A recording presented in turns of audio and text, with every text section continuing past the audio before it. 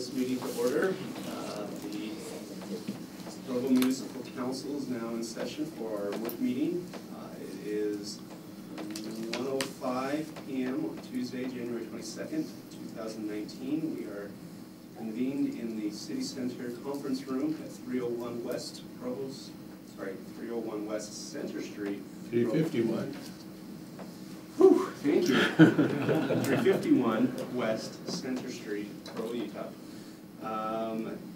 This meeting is being broadcast live on the web on the Provo City Council YouTube channel, where it will also be available for on-demand viewing. Please be aware that the microphones in the room pick up the noise of paper and other rustling objects, as well as side conversations. We will begin with a roll call. Mr. Strachan. Cliff Strachan. Brian Jones. Gary Winterton. Dave Connect. George Hanley. Jenny Weiss. David Harding. Dave Aguirre. Hannah Salzel. George Stewart. Dave Sewell. Wayne Parker. Thank you. Dave Connect has agreed to offer the invitation for the council. Our dear Heavenly Father, we ask for Thy Spirit to be with us, that we might be able to make the best decisions and reach out to those that we need to communicate with so that we can better serve the public. We pray for this in the name of Jesus Christ. Amen. It is proposed that we approve the minutes for September 25th joint meeting with the Energy Board and September 25th work meeting. Are there any objections or requests for changes to these minutes? Seeing no objection, I declare the minutes approved by unanimous consent. A note on decorum: although this is a public meeting, only presenters and those seated at the council table may speak or ask questions unless otherwise allowed by the chair. First item of business is a quarterly financial report for the first quarter of the fiscal year 2018-2019, being presented by our own John Borgett, Director of Administrative Services.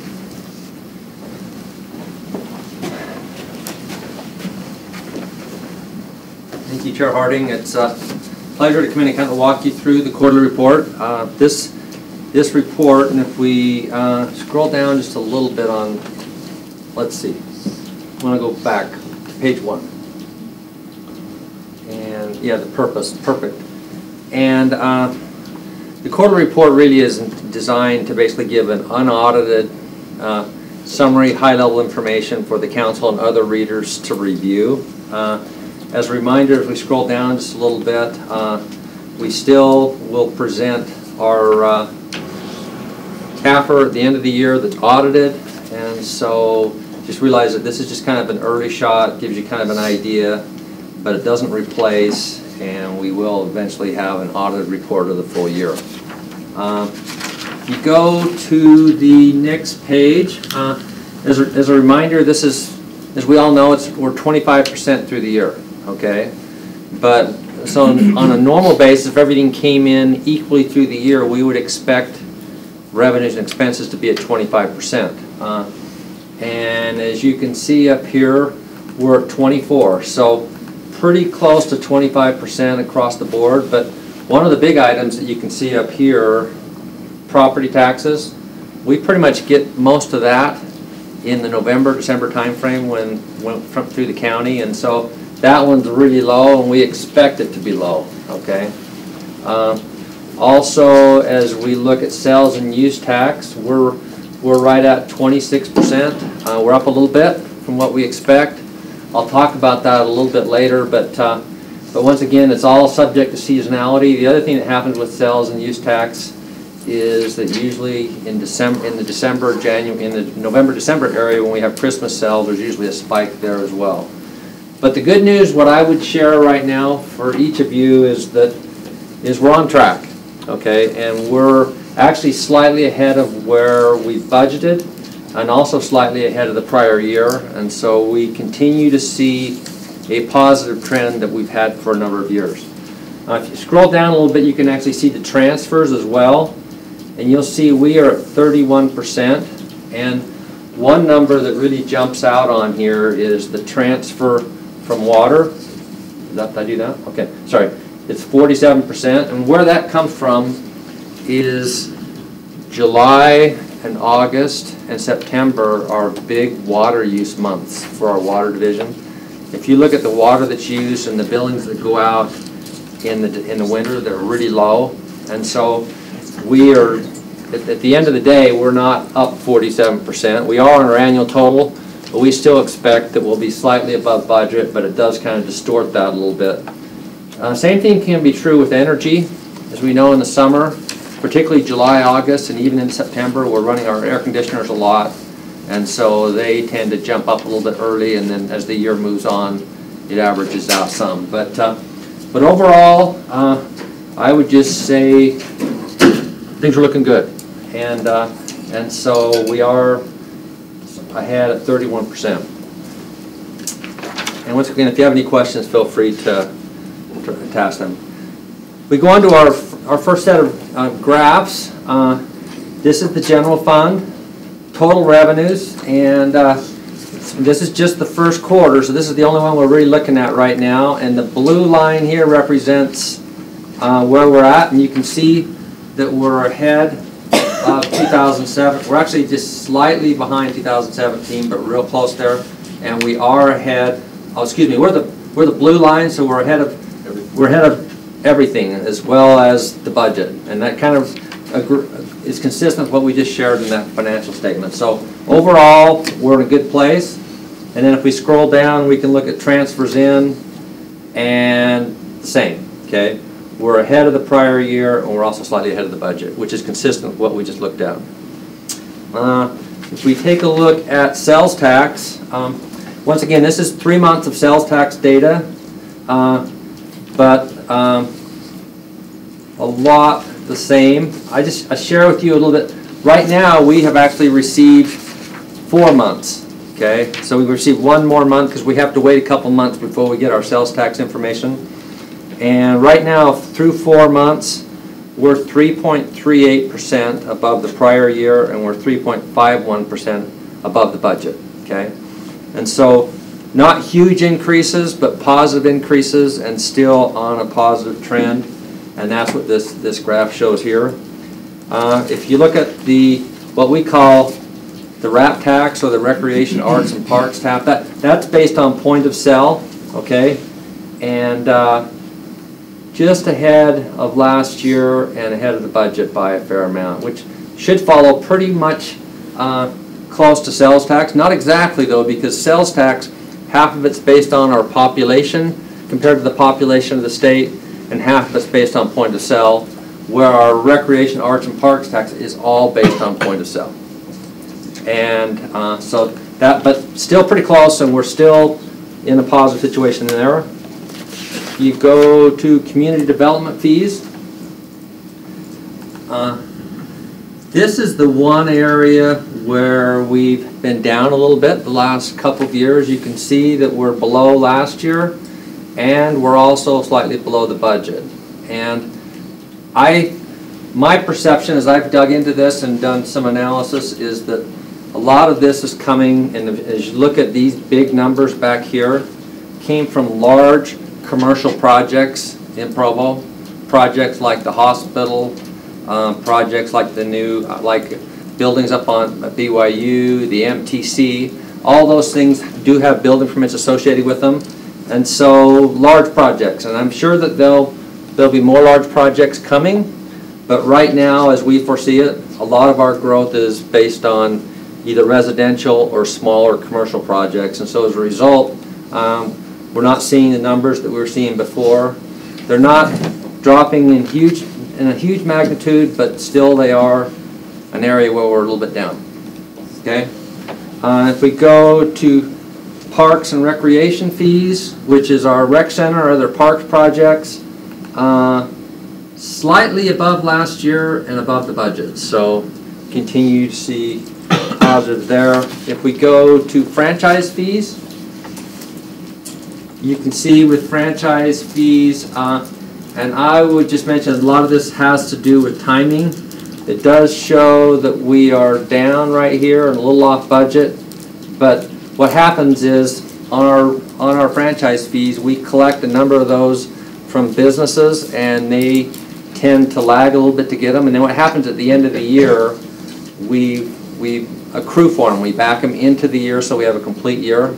And so I am confident and feel like it's very likely that we are going to be fine with those. A lot of it has to do with a little bit of timing. If you look at property tax, like I mentioned earlier, we're just getting our small monthly property tax information in. We expect when we report for the next quarter that we'll see a sizable amount in. But even with that being said, we're still slightly above last year and above our budget number for the first quarter. The next page is our general fund summary. And this just shows, and it's pretty consistent with what we had before. Here's our, well, it's exactly, there's a 24% that when we were looking at the individual revenues in total where we're at. And then if you go down a little bit, you can look at expenditures. And expenditures were at 20, so we're actually spending a little bit under our budget. Once again, a lot of that has to do with timing, and we don't spend all of our money, so that's a positive there. And as you can see, as we've talked about fund balance, 16 million, we're in a good place on fund balance, and so that provides some good information. Also transfers in, that's the same number we looked at before, but they're all aggregated. As we talked about, due to seasonality, our transfers are up from where they were, but they're in a good place. The next page just shows appropriations, and haven't appropriated a lot of money this year out of the general fund. There's two areas where we have. When we did police compensation, there was just a small adjustment when we looked at and went and restructured the police compensation that wound up hitting the general fund, but very small. And that was where we went in and restructured and provided more encouragement for officers to stay by looking at our compensation when officers are there 5, 10, and 15 years rather than just up front. And then there was also some support by the council to appropriate some money for diesel emissions removal in our fire station to make it more environmentally safe and safe for our firemen. So those are the only two up to this point that we've appropriated out of the general fund. The next page is library, and library, as you can see, their revenues are quite low. The reason being is that a large portion of their revenue comes from property taxes, and that will happen just like it was with the general fund. And so, but you can see that we are above the prior year and slightly above the budget. And then if we look at their financial statement down below, a couple things that I would observe. Number one is this fund balance number right here. They've had fund balance for a number of years, and we've actually been slowly using that fund balance. And I think we've done that rather than using or going ahead and doing a property tax increase. And just be aware that in the long term, it's likely that there'll be a point when this fund balance will get to a level where the council will be recommended to make a change so that they continue to be self-sufficient or be able to balance their budget with the property taxes coming in. The good news is we're using the fund balance for what it's for, and we can come to when the council decides that could be increased. But we've been seeing deficits, and not always at 657, but we've been seeing deficits for a number of years. And so, but we're still have almost 3 million projected right now where we're at. John, when and if we do that, they're their own taxing entity. The library is, correct? Good question. They have their own levy. We're still the taxing entity. We're still the entity, and right. so we would have to have the levy. tax. It's not like the school district. They Correct. have their own truth and taxation. The That's library right. does not hold that. We hold that. Okay. Okay, good question. Can I speak to that for just a moment? I was on the library board, and this is something that was explained. It was something that was decided previously, and they were carrying it out. They said they call it a mill levy. They set it at an amount, and at that point, they were in the positive every year, and so their fund balance grew and grew and grew. But the amount that it grew each year was less and less and less until now. It's been declining as well with the same mill levy. But the idea, at some point, we'll need to increase that mill levy, and then they'll probably grow again and then come back down. And so the idea is, almost once a generation, you change that mill levy. And that's what has been decided. That's what's carried on. when it comes time, we might want to consider more frequent adjustments so that, you know, instead of once a generation big change, we just have very small incremental changes throughout. That's just another way to approach it.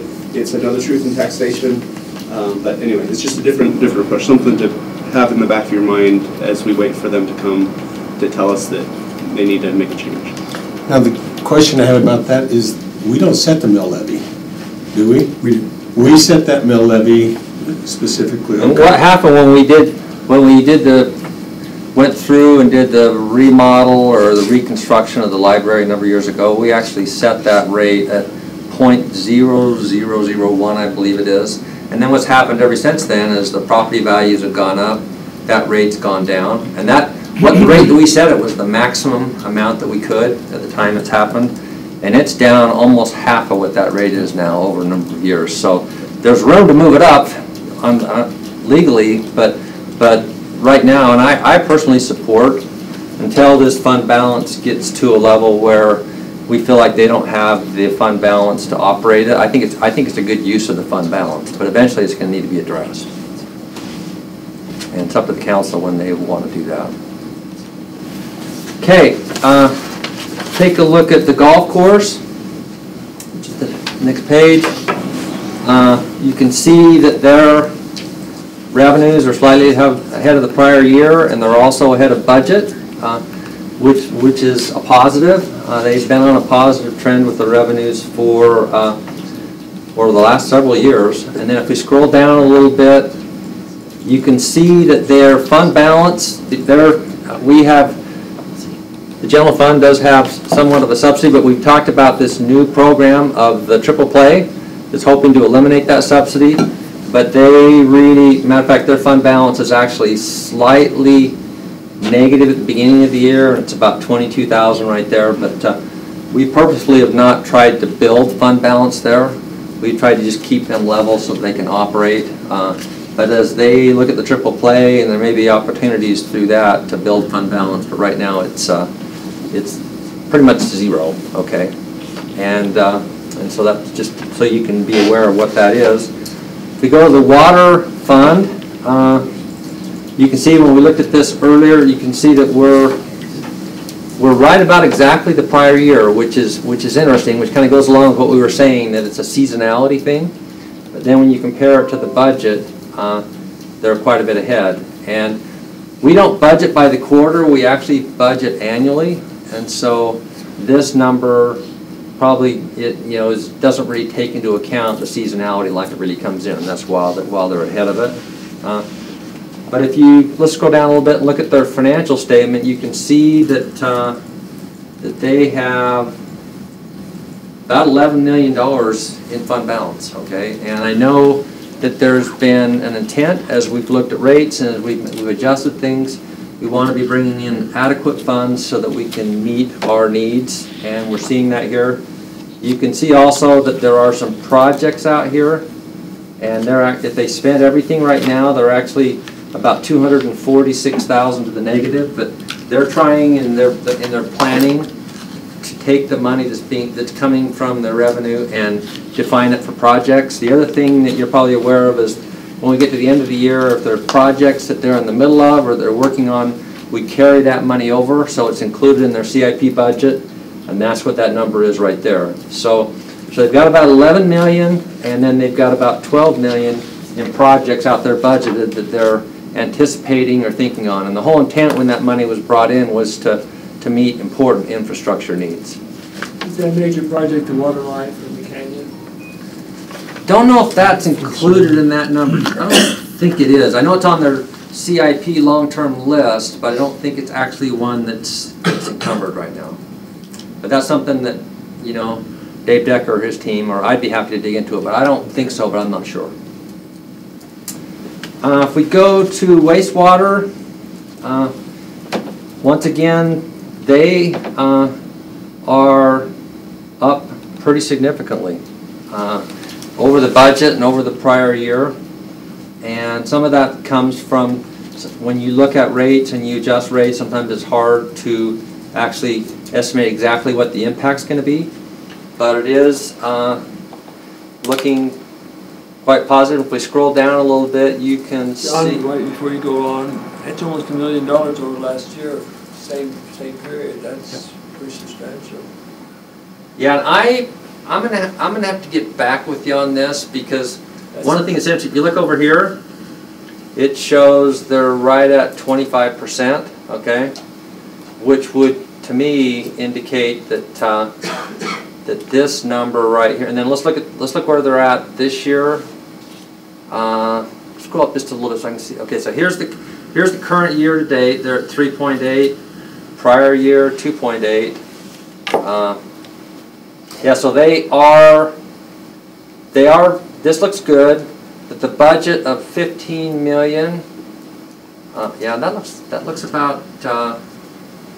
No, what I need to check on is this number right here, because if you did a budget of 15 and divided it roughly by 4, that would give you pretty close to 4 million.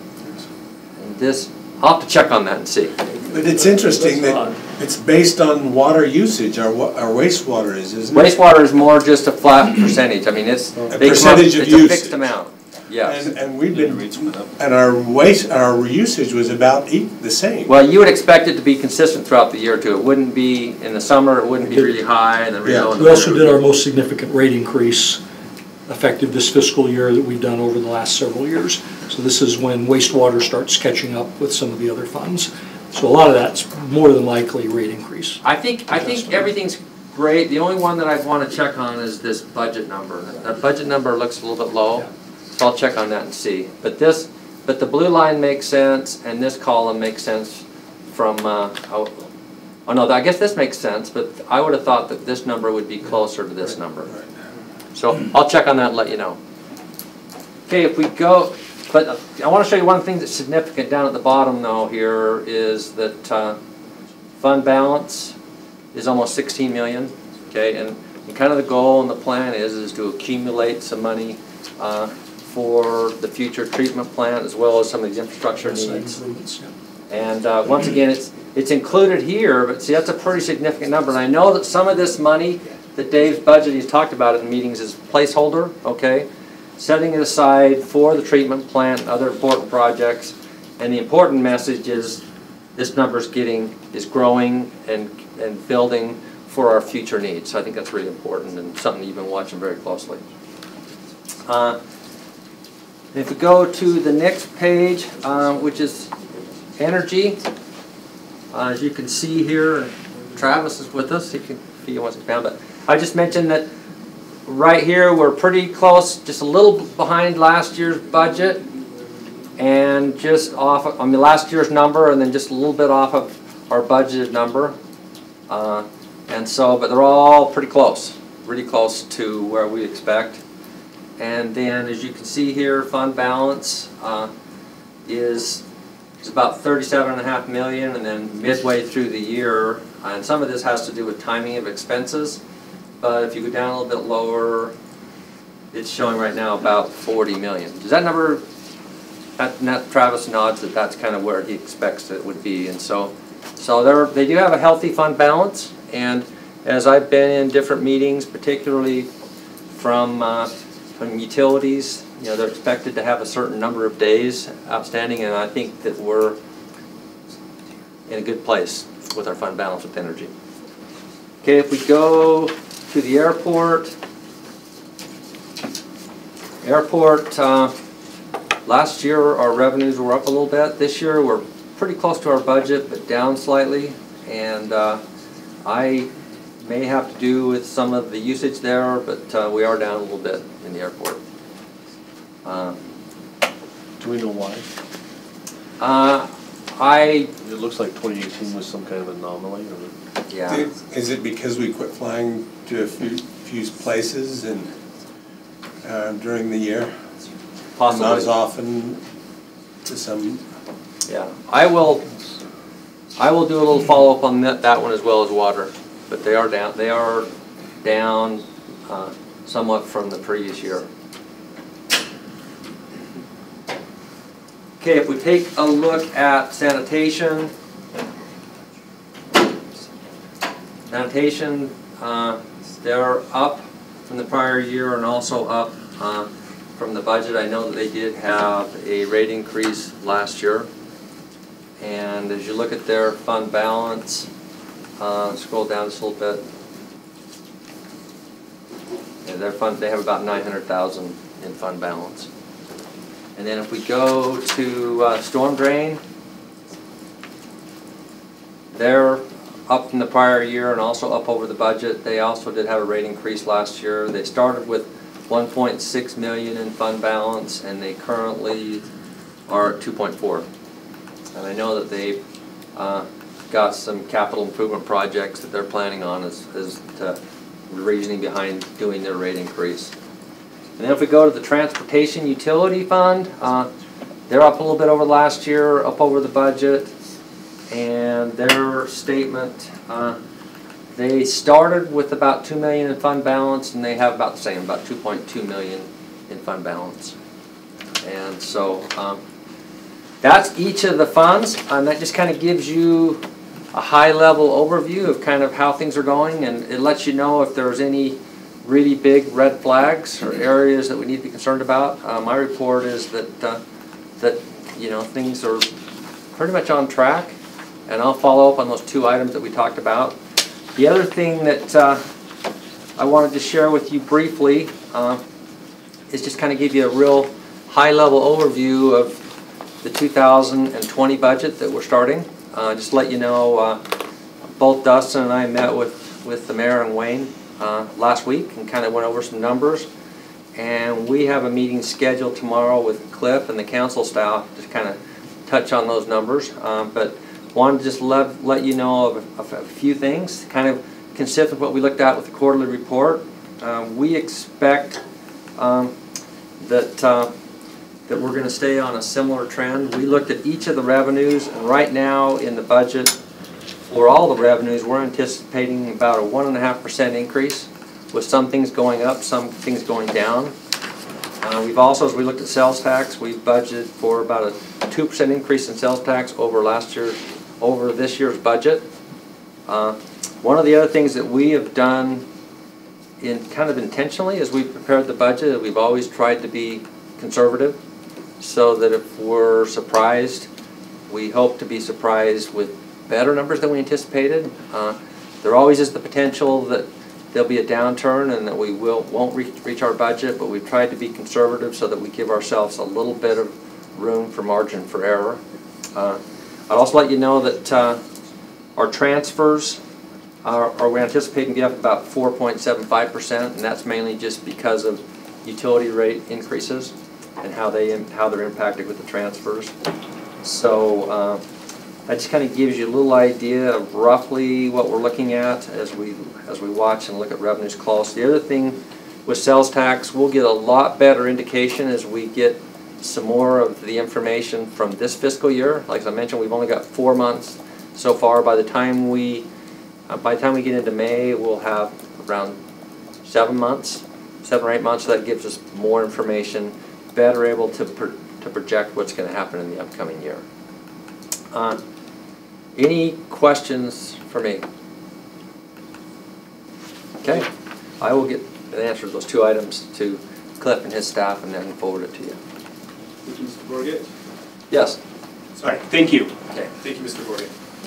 We will move quickly, we're a little bit behind, we'll move quickly to item number 2, which is a discussion on the issuance of up to $69 million of general obligation bonds for the purpose of financing fire, police, and city facilities and related matters. We'll be hearing from Mr. Dan Paula, and we have budgeted 5 minutes for this presentation. Okay, I'll be brief then. Thank you very much, Chair Harding and Municipal Council. We held a very, what I consider to be a successful sale of bonds earlier this morning. We had 12 different underwriters bid on those bonds. The high bid, or the low interest rate, however you want to look at it, ended up being at 3.03%, and the bidder was Robert Baird and Company. And so in terms of how that compares to the estimates that we used at the time of the election, we estimated that The annual residential home with a median value of $265,000 would pay $119.80 per year. Based on today's results, it actually came in at $117.84, or $1.96 less. On a monthly basis, we estimated $9.98. It actually came in at $9.82, or 16 cents less for residential. For annual business of $500,000, we estimated $410.97 on an annual basis, and based on today's results, it was $404.25 annually, or $6.72 less. Monthly, that works out to $33.69, which is 56 cents less than the $34.25 that we anticipated. Again, we feel very good about that. We had estimated an interest rate of about 3.12 and 3.03, and today's results was obviously favorable to that, and we are very happy with those results. Are there any questions? I'll just mention annual debt service for 20 years, including principal and interest, will be about $4,740,000 per year. Daniel, can you just state the home one, the Yes. residential again? Yeah, the residential, on an annual basis, it will be $117.84. That's based on 169,000? 265,000 assessed valuation home. Now, I will qualify that as the assessed value throughout the city increases, we don't collect more money. Our payment of $4,740,000 a year remains constant, and so that would actually go down as assessed values increase throughout the city. The opposite would be true if for some reason we saw a decrease in assessed valuation. That works out to about $9.82 per month for a $265,000 assessed valuation home. Yes. So the amount of money we will have available to build the city center is? So the total amount of money that we'll have, the bonds sold at a premium today that reflects the good credit of Provo City, and so the total amount that we'll have to build the city center is actually $70,137,872. That's what can be used for architectural services and construction. And that's really more than we estimated then? It is, yes. Yep. Yep. Yep. It's about $1,137,000 above what we estimated. Maybe explain why we do that. Yeah, and again, the bond sold at a premium. We are allowed to sell bonds at up to 2% premium and retain those funds for the project. That's the amount that's available for construction. There's also an amount for $240,000 that will cover cost of issuance. And so the total amount of bonds that we sold was about $2,000 under the $70,380,000 limit that is allowed on a premium basis for the sale of those bonds. We may not have this information, but I would be a little curious as to know the percentage of the bond that is being paid for by business versus residents. We can figure that out. I don't have that right now, but we can get that to you. I'd be interested in that. Okay. I appreciate that. Any other comments?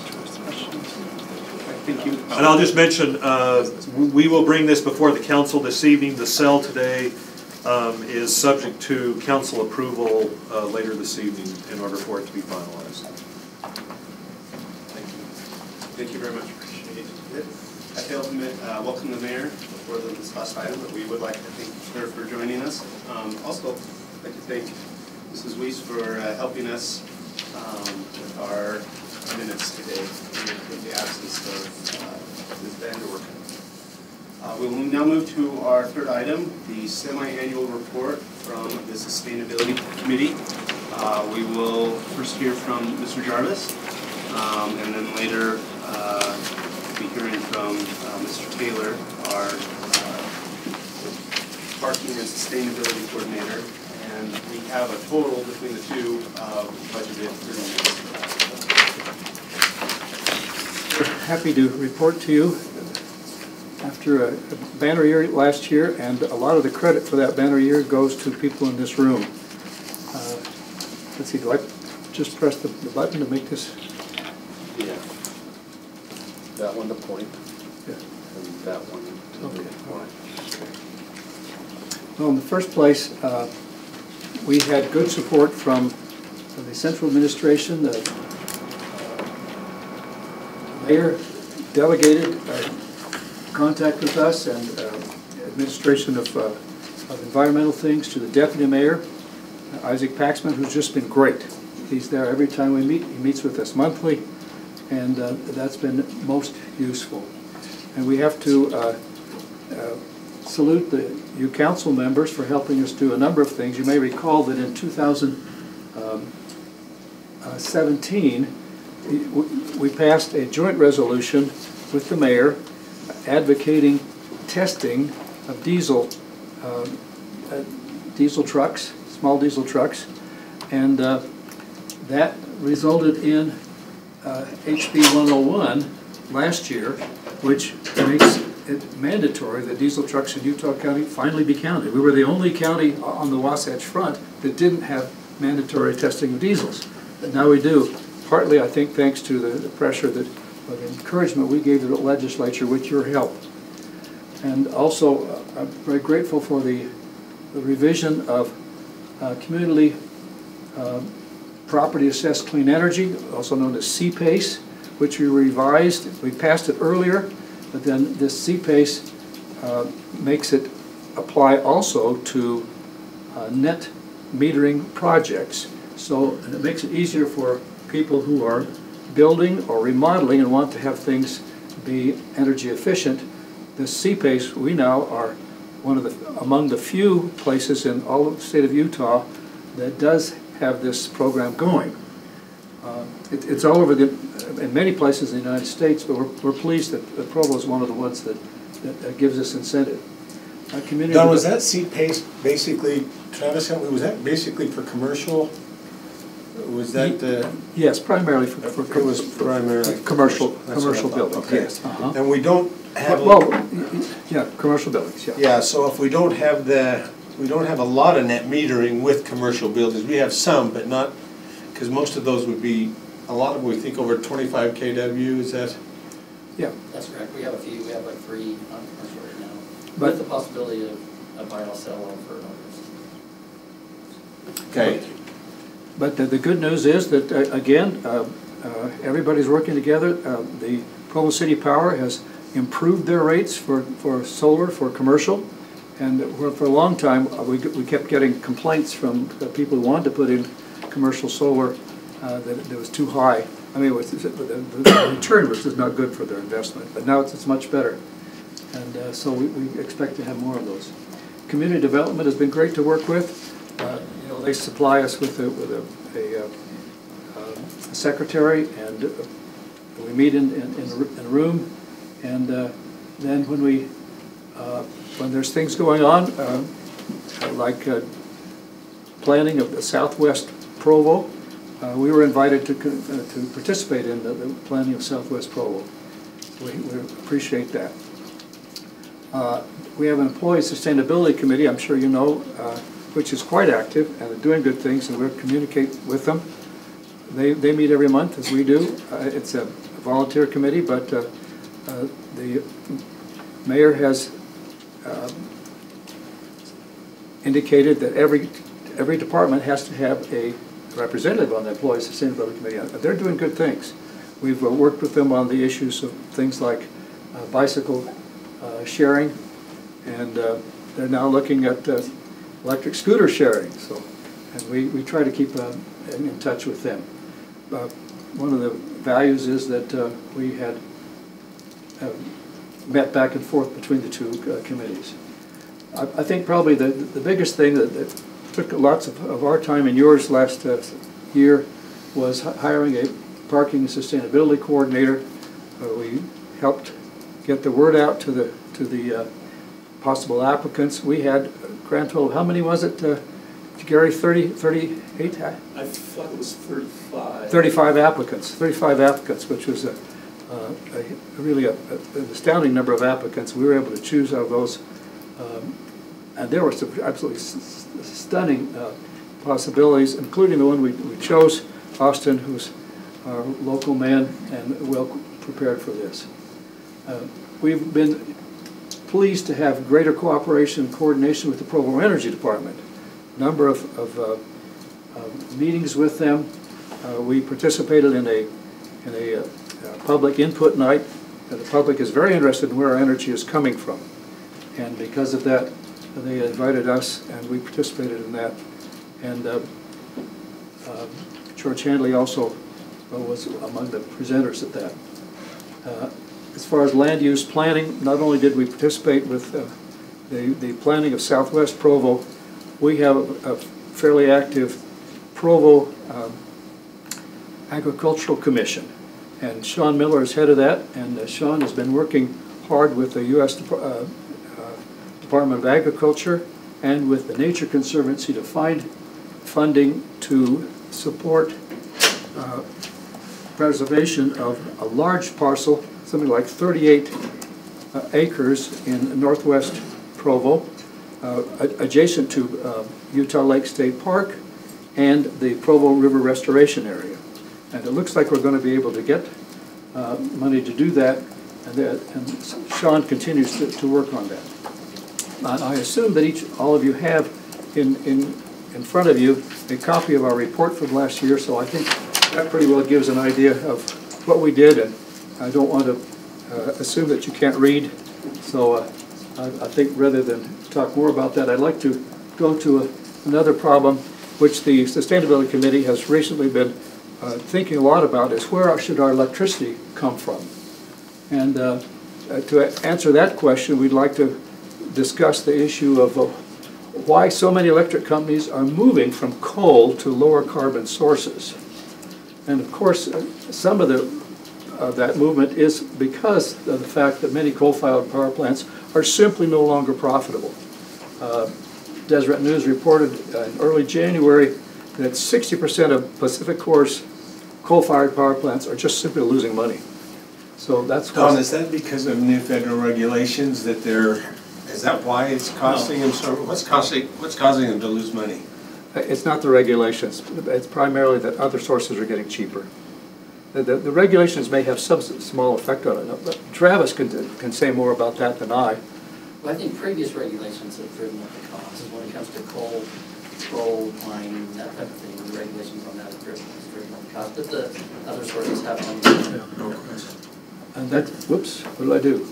Our cost is lower because our plants are paid off, so our capital cost is lower. The other thing is that gas, Gary, is replacing coal. It's cheaper. It's much more flexible. When you have these environmentally friendly sources, they tend to be up and down, and so it's more flexible. It produces much less carbon and fewer pollutants like mercury, which are really, really harmful. And a third reason is that global and state climate change reports are increasingly dire. Wildfires are increasing, snowpack is decreasing, so people are worried about this, and they're urging their power companies to source electricity from low carbon sources. Salt Lake City, there's a bill before the legislature right now to allow Salt Lake City, Summit County, Park City, and Moab to get 100% of their energy from renewable sources by 2050. And it's not possible right now because the regulations require all the cities to be the same.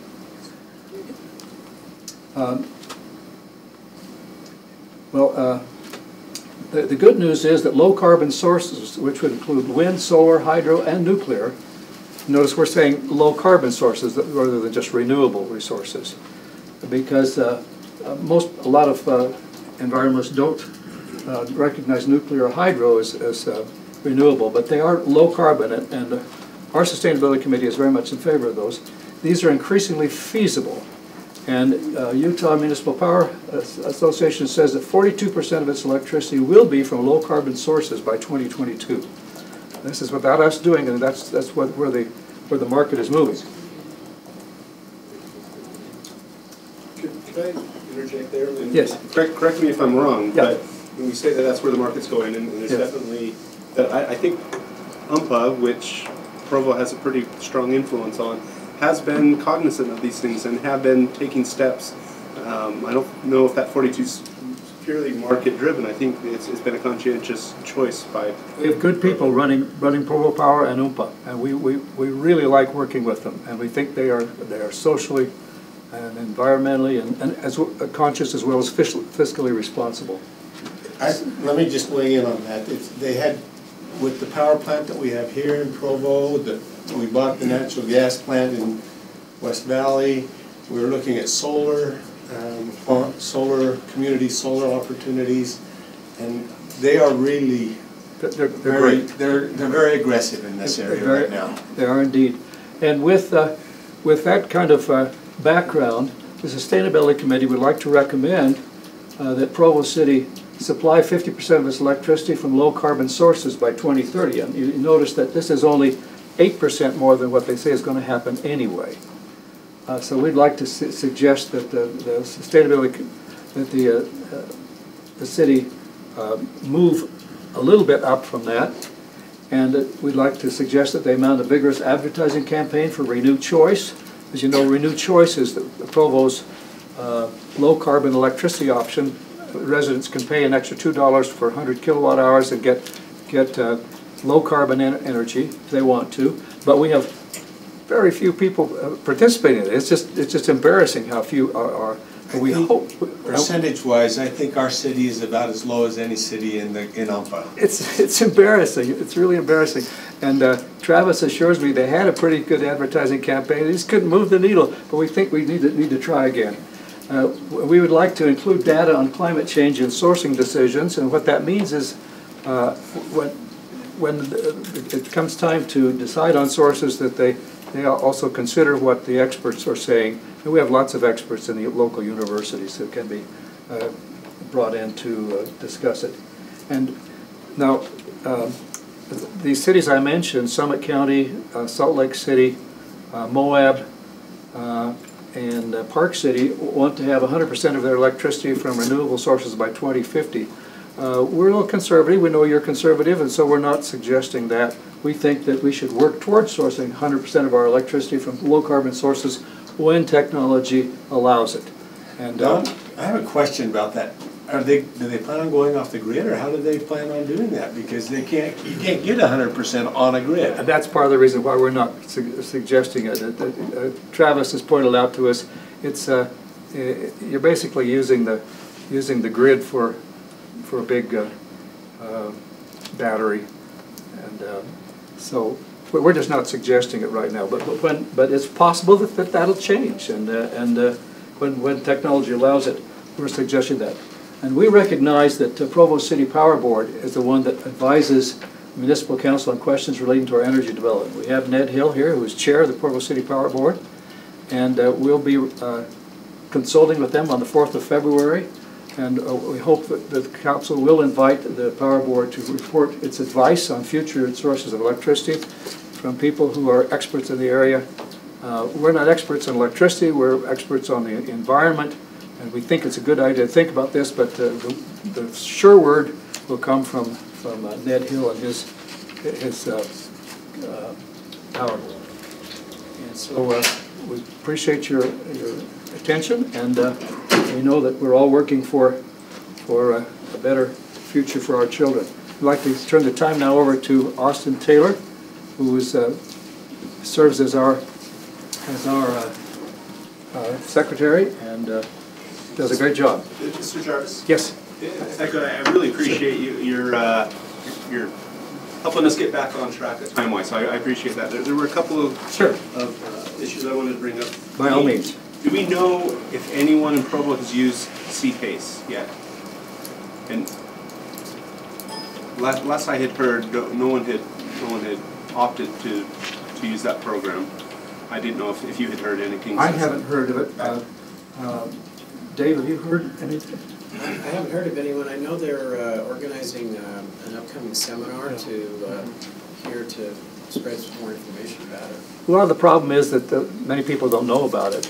But the governor's office, who runs the CPACE program, are trying to let more people know about it. And I know that economic development is getting the word out to people. What is a zero energy building? Sorry, this is for the next presentation. Yes. Are there? Go ahead. Mr. Let me just make a comment on CPACE.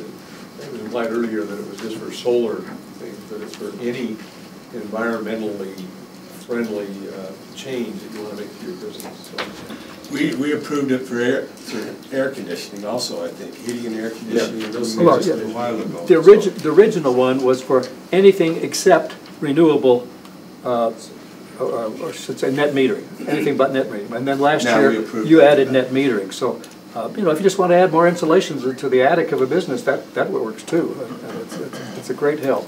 Yeah, it is a great program. That's I guess I've just been a little disappointed that it hasn't taken off. So I'm glad there's going to be a seminar. I'm glad economic development, who I don't think is in the room right now, but I'm hoping that they're getting the word out. Perhaps it's worth the city just kind of getting our heads together and saying, is there anything we can do to encourage, just raise awareness? If I remember, I mean, the program was great. Basically, if you do it, you save money in the long run, but there's upfront costs, so we'll help you with upfront costs, so everyone saves money in the long run. And make it cheaper to borrow money to do energy efficient remodels and new buildings. It's a great program, and it's used in something like 30 different states in the United States and several cities in Utah. Not many, but several. And then the second thing, I probably don't have time to get into it now, but I just wanted to voice it while I was thinking about it.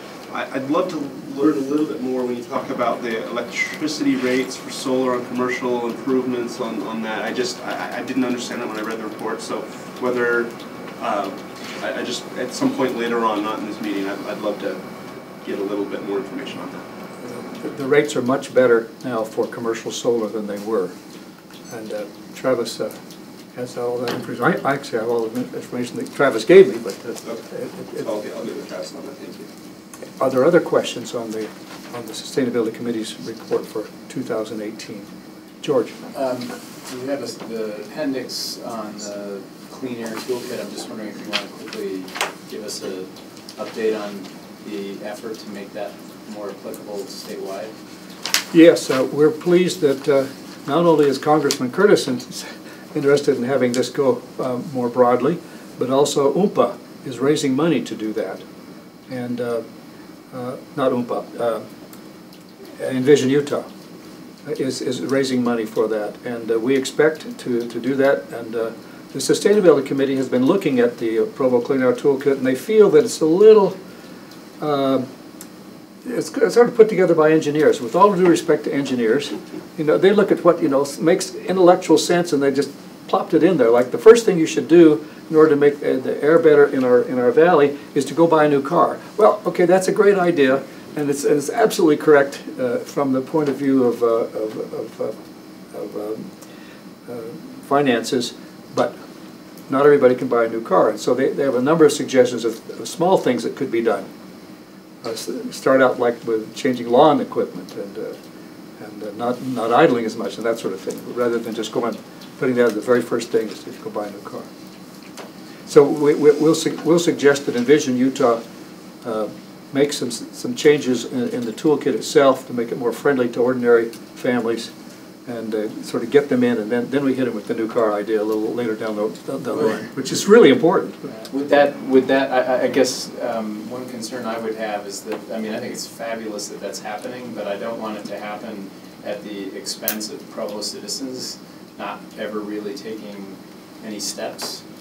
So in other words, if we push this to make it statewide and this becomes something that Utah does and maybe even Representative Curtis is pushing, fabulous, but do Provo citizens have enough information? I mean, I know going back to my time on the Sustainability Committee, it was a struggle just to get citizens aware of it, to take concrete steps to using some of these things, because it's a constant, ongoing education. And I love the idea that if you focus on the practical, the simple steps, you keep it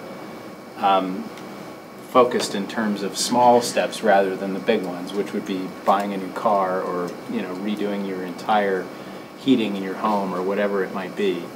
But I still, you know, I still wonder, have we caught the vision of using public transportation, of, you know, reducing car trips every day, not idling at drive-throughs? Because I know you're very vigilant about people idling in their cars, and you're not afraid to go knock on their window and tell them that that's not something you want to see in your neighborhood. I've lost a lot of friends that way. Yeah, well, the rest of us are a little more shy about that, but I'm just wondering what we need to do to, and maybe that's. I wish I had the answer to that. That's one thing that we feel embarrassed about as the Sustainability Committee. We have not been able to get the word out as much. Just yesterday at this meeting that George and I were at, one of our good friends just came and says, "What's the Provo Clean Air Toolkit? I've never heard of this." And so we realize we need to do a better job of getting the word out on that. And we hope that among the things that Envision Utah does is fund some way to get people more aware of it. But it's really hard to wiggle the needle on that sort of thing. Thank you very much. We'd like to have some time with Mr. Taylor as well. Thanks. So I'm Austin Taylor. I'm the city's new Parking and Sustainability Coordinator. What I want to talk about today is we have this chance to make one big long-term investment in our future, and that's the new building that we're going to be having. This is something that's talked about that will last 50, 100 plus years, and it'll create an image for our city, an image that we want lasting a long time. And so what I want to pitch to you all is something that can save the city a lot of money over time and create a great public image for our government. This video explains what's called a net zero building. It's a type of building that's very efficiently designed, so it doesn't require a lot of energy to run, and it produces the same amount of energy that it uses inside of the building. So this is a great video that talks about it. What is a zero-energy building? Most buildings today use a lot of energy to keep the lights on, cool the air, heat water, and power personal devices. Even installing solar systems will not significantly counter the heavy energy load. There are, however, some buildings that strike a balance, or even tip the scales the other way. These are called zero-energy buildings. They manage this feat by being extremely energy efficient, saving 50 to 70% more energy than typical buildings. In these ultra-high performance buildings, the amount of energy used can be completely offset by renewable energy produced on or around the building. When conditions are not suitable for energy generation, the building will draw energy from the electrical grid to meet its needs. When conditions improve, the on-site renewable energy systems will cover the building's energy need and send excess energy back into the grid to make up the balance. Over the course of a year, the building gives back as much energy as it takes. When zero energy concepts are applied to groups of buildings, the benefits are shared and multiplied within that zero energy community. These buildings are also more comfortable, more reliable, affordable to build and operate, and better for the environment. While these might seem like buildings of the future, new technologies are constantly emerging that make zero energy easier and easier to achieve today. In fact, there are already hundreds of zero energy buildings across the US in many different climates. By becoming ultra efficient and giving back as much energy as they consume, zero energy buildings will play an important part in creating a more competitive, energy secure future. So to recap again, a zero energy building is one that's highly efficient with design. So good insulation, very thick walls, windows placed in the right spots so the light comes in the winter and heats it, and so it's shaded in the summertime, it doesn't get too hot, and it produces the amount of energy that it uses through solar, wind, geothermal, whatever's available on site usually. It sounds like this might be a lot of money, right? With all these fancy solar panels, more insulation, but what's estimated is that it usually costs only about 5 to 10% more to design a building this way. And for a residential building, it might take about 10 years to reach its break-even point. But for office spaces like this, one study in Vermont showed that in that state, a zero energy building is actually it's cheaper to build and maintain from year one. In Salt Lake City, they designed a zero energy building. It's a new public safety building there. They're estimating that by year 2, it'll break even. And for every year after that, they're saving thousands of dollars in utility costs. This is all because they made a smart decision with how the building was designed, and this is something that will pay off decades into the future. So we have that same opportunity now with our building, something that will last 50, 100 years, whatever we're estimating, that we can save so much money over time, save so much energy too, and use it for much better things. You know, spending money on electricity bills versus spending money on library or, you know, better parks or things like that. I'm sure the citizens would love those kind of things more than higher energy bills. So the request for proposal or the bid for the building does mention that the building should be, I think it says energy efficient, but I would suggest that when you're looking over those bids that you encourage the architects to throw you a net zero bid, see how much more it is, see at what point it will be cheaper to actually have a net zero building, and choose the net zero building because it makes financial sense for our future as well. How would that differ from the building onto the LEED gold standard? That's a great question. We talked about that with Isaac Paxman, and I think he was there too, George and Bob. LEED takes about, they want to take like 4% of your building budget to certify it as LEED. And LEED isn't the only organization that has the secrets to sustainable design. You know, there are thousands of architects around the country who know the good practices. And so I don't think it's worth the money to get that stamp of LEED approval when you can get a zero energy building for, you know, about the same cost as that. I think one of the main things that makes a building net zero is just an enormous amount of insulation. That's one of the biggest differences. We do love our windows, though. Oh, yeah. Yeah. Well, and this doesn't eliminate windows, so this puts windows in the right spot. You think about a window in the, the south or the west side when the summer sun is coming in, it just makes the building so hot. But you do want windows on the south side for the winter when the sun's coming in, right? And so just architects know how to design it, right? Putting the windows in the right spaces will bring in natural light, so you don't have to have as much lighting inside. But it'll also make it so you don't have to heat or cool as much too, just all with placement and design. So we're about out of time, but I don't know if someone knows off the top of their head or something maybe to look into, but can the city apply for a CPACE and help pay for some of those things up front? I don't know, maybe it's the wrong sector, but yeah, something maybe to look into. Well, I did ask that question to Salt Lake City Sustainability Director, and with like our gas company that Dominion Energy, we could get grants and rebates from them, and they do give grants and rebates for insulation and other things that prevent excess, natural gas spending. But with Provo Power, I think there'd be like very little, if any, right? And then 11%. State and federal governments do provide big grants for solar panels to them. Mr. Sewell? I just wanted to say, I think it would be a great idea to get a net zero bid. We're hoping this building will last 50 years. I would imagine over that time frame, a building that was built that way would save the taxpayers a really large sum of money.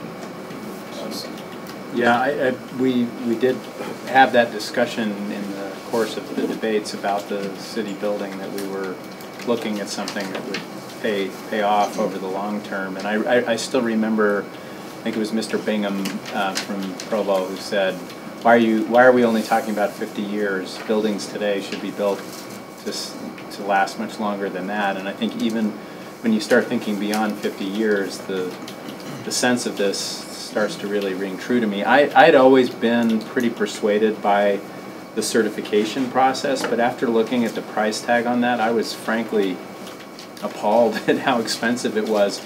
And this seems to me a smarter way to spend the extra money, because it comes back to you. But that money you're spending for the certification, I mean, you do get money for the efficiency that you build into the system, but you don't get the money back that you spent to lead, right? And I do think, I mean, for the Provo Energy building, that was the right thing to do, both for fiscal and symbolic reasons. But this seems like, it just seems like it would be an unfortunate decision to go the route of the certification and spend what looks like, for a building this size, a couple $1 million just to have the certification, when I'd rather the money just be sunk into the efficiency of the building and make it last for the long term, with some symbolic benefit, right? I mean, if the city's able to say this is net zero, that's a tremendous message to send. And a net zero building is more efficient than even a LEED Gold or LEED Platinum. And also, to give a number to the savings for utilities, it's about 65% less utilities that these buildings use compared to normal 2-code buildings. What is the purpose then of the LEED certification then? Is it to help draw business into the community? Is that why we do that? If we're spending that kind of money just to get a certificate, what is the purpose of, why is it so valuable? It is good marketing, especially for for-profit companies, when they can say our building is this level of sustainability. And then also, it is helpful to have those guidelines when you're building something like that. But we can get the guidelines without the certificate. Exactly. So for us, it would just be marketing and publicity. So, Wayne, when we did our projections and we said that the new building would be over 50 years, only 8% more to operate, this will change that, won't it? Yes. And so, building new and doing it this way is something you really can't do when you're retrofitting an old building. It's very true. It's quite a bit more expensive to do it in a retrofit mode than it is to do it brand new per square foot. So, yeah. Great discussion. Thank you for coming and presenting. Thank you, Mr. Jarvis. We will now roll on to our next item, item 4, a discussion on an appropriation for the Urban Theater Program. To Mr. Graybaugh to present this. It is allotted 10 minutes for it. If we can shave a couple off, that would be very helpful. Yeah, I can be very brief. Our intention coming to you today is to divert the discussion about the renewal of the Urban Deer Program to a future date when we're discussing it during the 2020 process. I can inform you that the city is not obligated to participate in the trapping portion of the Urban Deer Program. And so as such, we're really only obligated to cover the budget of the deer removal process that we've already completed and the police department has covered with their existing budget. So an appropriation tonight, the original proposal before you is for $20,000, which would include it. If the council wanted to amend that, they would probably need about $10,500 to cover just the urban deer removal portion of that. So if we wanted to change it for tonight, we could reduce that appropriation from $20,000 to about $10,500. Sorry, can you repeat that first part? What's missing in the... So the difference between the two, $20,000 would cover both parts of the program, which include the urban deer removal and the trapping. The city's not obligated. We would actually need additional funds beyond that to actually participate in the trapping portion. And so if the council were to choose so, we could appropriate, our original plan was to appropriate the 20,000 while we were waiting for the answer. We actually got the answer today on whether or not we needed to do the trapping portion. The answer is that we don't need to do it. So we could appropriate the 20,000 and just not use all of it. We would drop whatever's remaining to fund balance at the end of the fiscal year. Or the council could only appropriate a portion of that $20,000 tonight. This is trapping and removal. Yes, yeah, so that's the portion that I think the police department feels like we don't have adequate resources to participate in during this fiscal year. Did you find out about euthanasia? Are we able to do that through trapping? Yeah, so that's an ongoing process, and part of why we wanted to evaluate this at a later date is there's still a number of questions that we'd have to work through. Evaluating the program, for instance, collecting all the data from other cities and things like that, we felt like would be better discussed if we had more time and we got further along in our budget process. So the question, I think, tonight is more on would the council prefer to appropriate a smaller portion than 20,000, even though on either case we would only use the same amount? If that's what we decided last time, it's best to do the 20,000. Correct. So I would be in favor of doing 20,000 until we evaluate it. Because you can always drop down to fund balance if we don't use it. Yeah, it's in the animal control portion of the police department's budget. It's isolated and wouldn't get roped into other things. So then with the question of that, we appropriate 20,000, but we are only authorizing you to use 10, basically. Yeah. Until we evaluate what the other. It's more of that we would come after the fact and share with you about the remaining balances and the amounts that we had dropped to fund balance through that end of year carryover report. That's the process that we've in the past used to be accountable to you for what we've appropriated and what we're carrying over or not carrying over. Yes.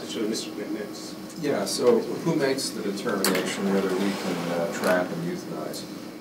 I believe it's DNR, Division of Natural Resources, and we actually have to go through a process if we choose to renew the program, complete it by, I think, the beginning of June in order to participate in the winter, or I guess this next coming fall-winter timeframe.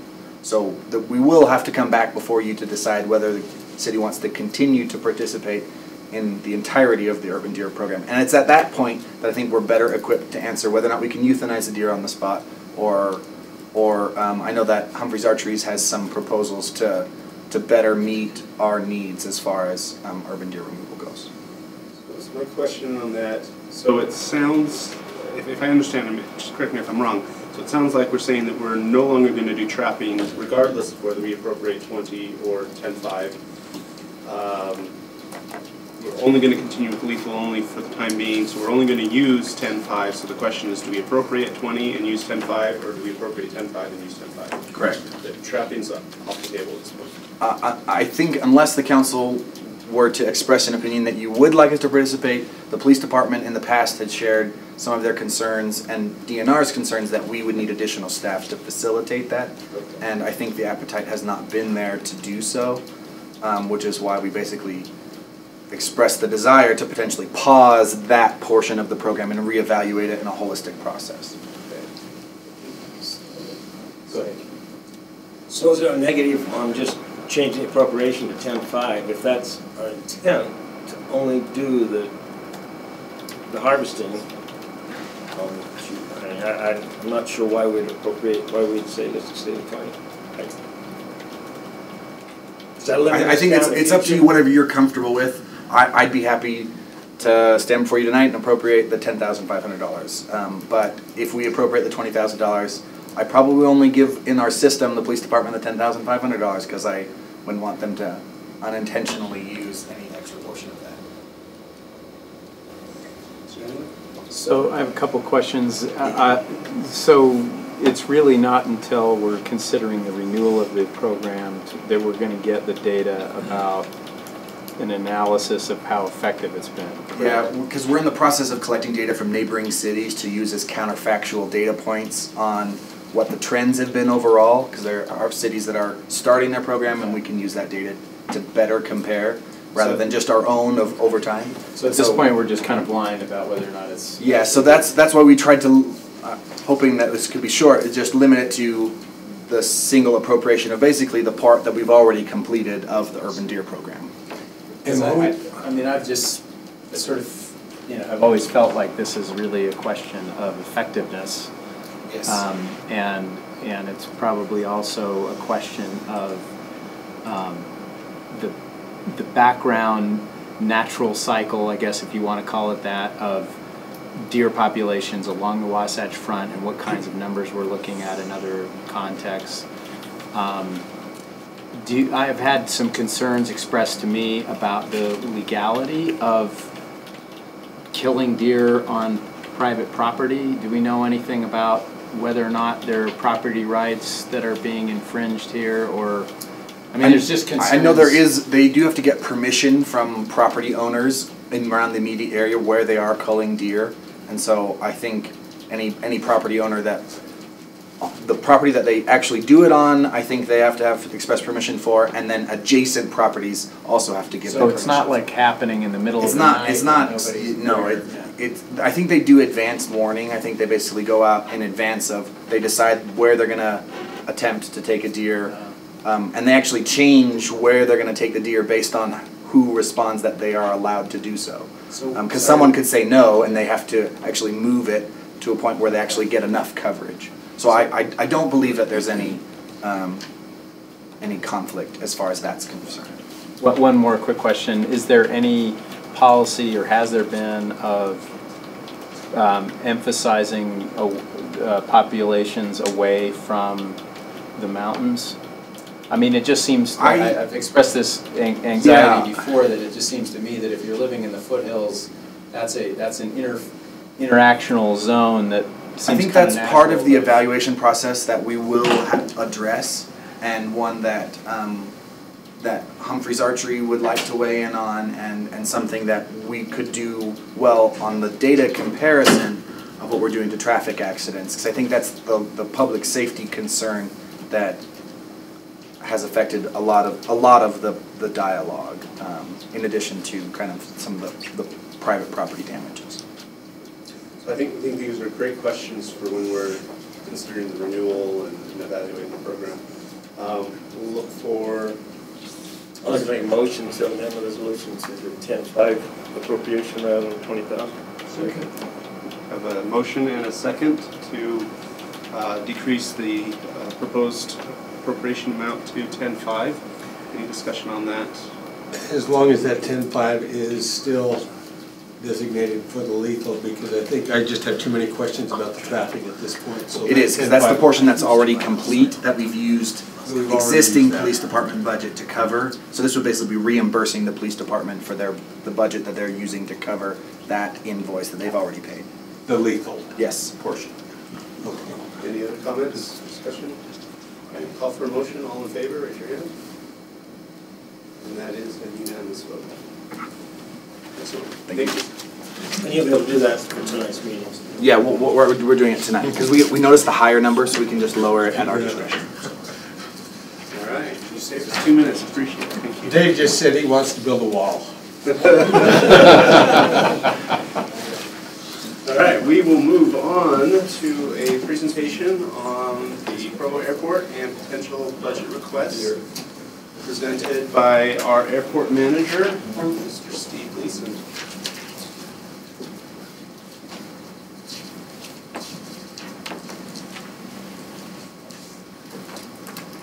I have terrible history with this machine. It never works, so let's just make sure. Which one will advance the slides for me? This one's right. Okay. I think it's worked a couple of times. All right, so we're going to go over the airport master plan first, and then we'll slide into some airport budget stuff. So first of all, the airport master plan. There's the airport. It's underway. We're focusing on a couple of important issues at the airport. One of them is a hotspot that we have. The reason this is a hotspot is because we have a mass of asphalt right here. It's difficult for us to sign, so if we ever get a runway incursion, it's at that spot. I won't dwell on that. Just trust me on it. That's not a good place. Also to look at the new passenger terminal area, immediate hangar needs and where we can expand. You'll see it's in that red box that is up north on the airport. And then look at how we can enhance our primary runway, and some of these have already been completed, but there are many more things we can do to make our primary runway work a little better. So the master plan looked at our secondary runway to see if that is still feasible, if that's something we should keep. We'll talk a little more about that later. And here we go. Not working. Okay. So the objectives of the master plan, you can see here, I won't take you all the way through them except to tell you where we are at in the process now is the development of alternatives. We've got what we think are some good alternatives. We've selected the one that is an airport, and as our small group has viewed that we've picked the one we like. So at this point we're at the point where we're going to come to you, show you the alternatives, the one we like, go to the public and do some public hearings. When I say some, I mean one. So here is just a graph of where we are. You'll see that our public hearings are coming in February. So we're going to, like I said, we're going to try and hold that to one public hearing. We're going to have a meeting, try and get as many people in there to give us input as possible. Last time we did a master plan, we had 17 public hearings. We didn't get anything more out of the 17th than we got at the first one, so we're going to go with the first one. Okay, so the things we're looking at first are the aviation forecast. That's aircraft operations, based aircraft, and passenger enplanements. Those are three different segments of forecasting. First of all, this is our airport operations graph starting in 2006. So you can see in about 2006, we kind of cratered on our operations. And just to let you know what an operation is, it is a takeoff or a landing. Just so you think that this was, you don't think that this was unique to Provo. Everybody saw general aviation start to crash right around the time the economy started to crash. We also added a control tower at that point, which caused some pilots to choose to go other places because they didn't want to deal with an air traffic control tower. So that's why you see that drop off, and then a steady build back up to where we're starting to see a lot more operations at the airport now as people become more familiar with controlled environments. This is a based aircraft projection that we're looking at to 2035. You can see 2020 we're going to have about 176 based aircraft. Doesn't sound like a lot, but that's a significant number of based aircraft. Right now we're about 4th in the state for based aircraft in Provo, so it's a big number. What is PAL? Just so I'm following along. Okay, so the PAL is different planning activity levels. Okay. Okay, so we're just doing a planning activity level to show us where we may or may not be. I think it's a fancy way of saying that swag. Kind of looking at what's happened, projecting out into the future. Just from my own personal experience, I would say that the single engine general aviation, I think they're being a little generous in their projection. Just because single engine general aviation is really starting to decline. We hope it picks back up, but there would need to be regulation changes to do that. So passenger enplanement forecasting, you can see that we are here now. That's our current level. Next year will be over 100,000 enplanements. An enplanement is any passenger that boards a commercial aircraft in Provo. So this is what we're looking at. So what we're saying with this part of the graph right here is this is a turning point in 2021. Do we build a terminal? Do we not build a terminal? If we build a terminal, we level. We cannot possibly get any higher than this. And I would argue that this point is really kind of here. We are already at max capacity in the terminal facility that we have. So we're going to start to see leveling off unless we do something to increase our capacity. The capacity issue we have is that we only have one checkpoint, so we only have one place for passengers to get through security. We only have 177 seats in the terminal, and our aircraft holds 160. So we can't put 2 aircraft worth of passengers in our terminal at the same time. So aircraft have to stagger. With Allegiant alone, just last weekend we had an overlap. So we had to hold passengers out in the TAC Air building, outside in their cars, wherever we could put them, until we could board everybody out of the terminal and then start moving new passengers in. That causes delays. Airlines hate that. Inconvenience. When those things, delays start showing up on your record, makes it a lot harder to go out and get another, that are shown to be your fault. It's harder to go tell another airline, hey, come risk your reputation at Provo, where you may or may not get out on time. So, and that's nothing that we're doing, that is just constraints of the size. Yeah. Steve, I know that we're flying to Mesa starting next month. It's every day. Yes. And we're not flying as often. We're not going to San Diego anymore. We're not going up to.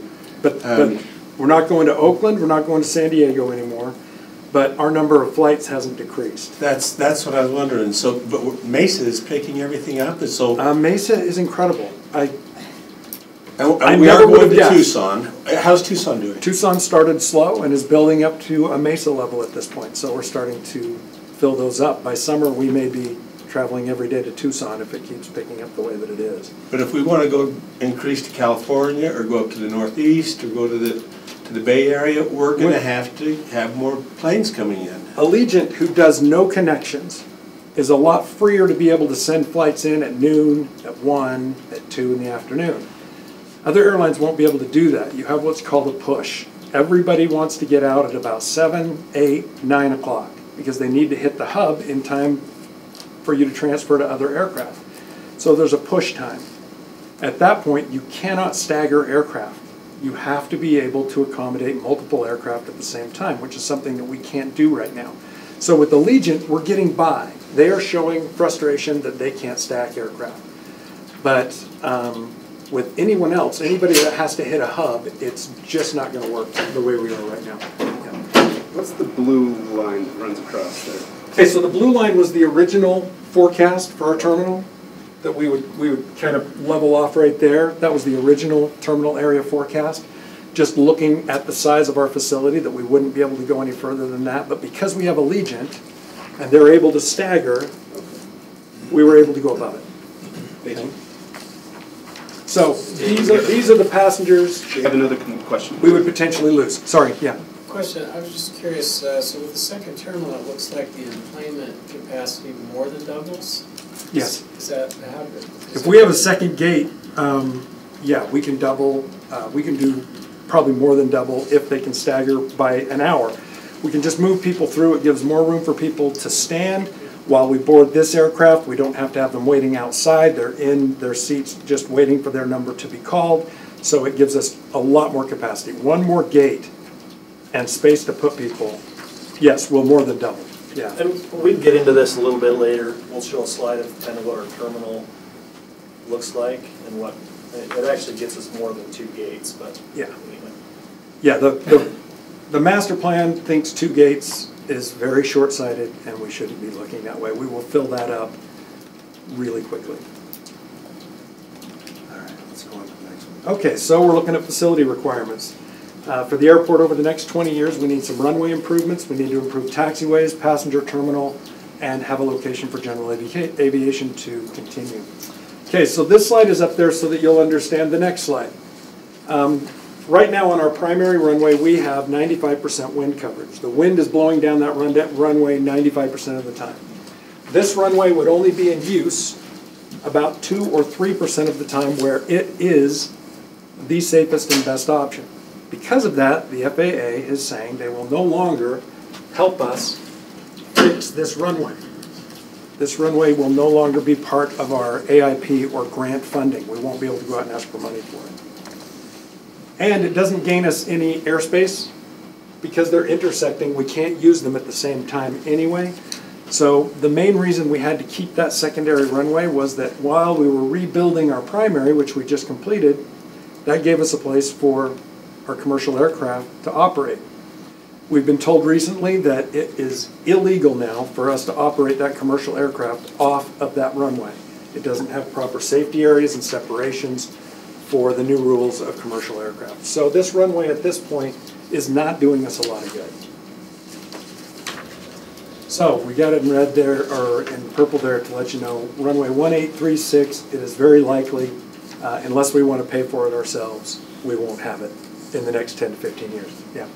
So where can you locate hangars and businesses, can that be turned into an access to something productive?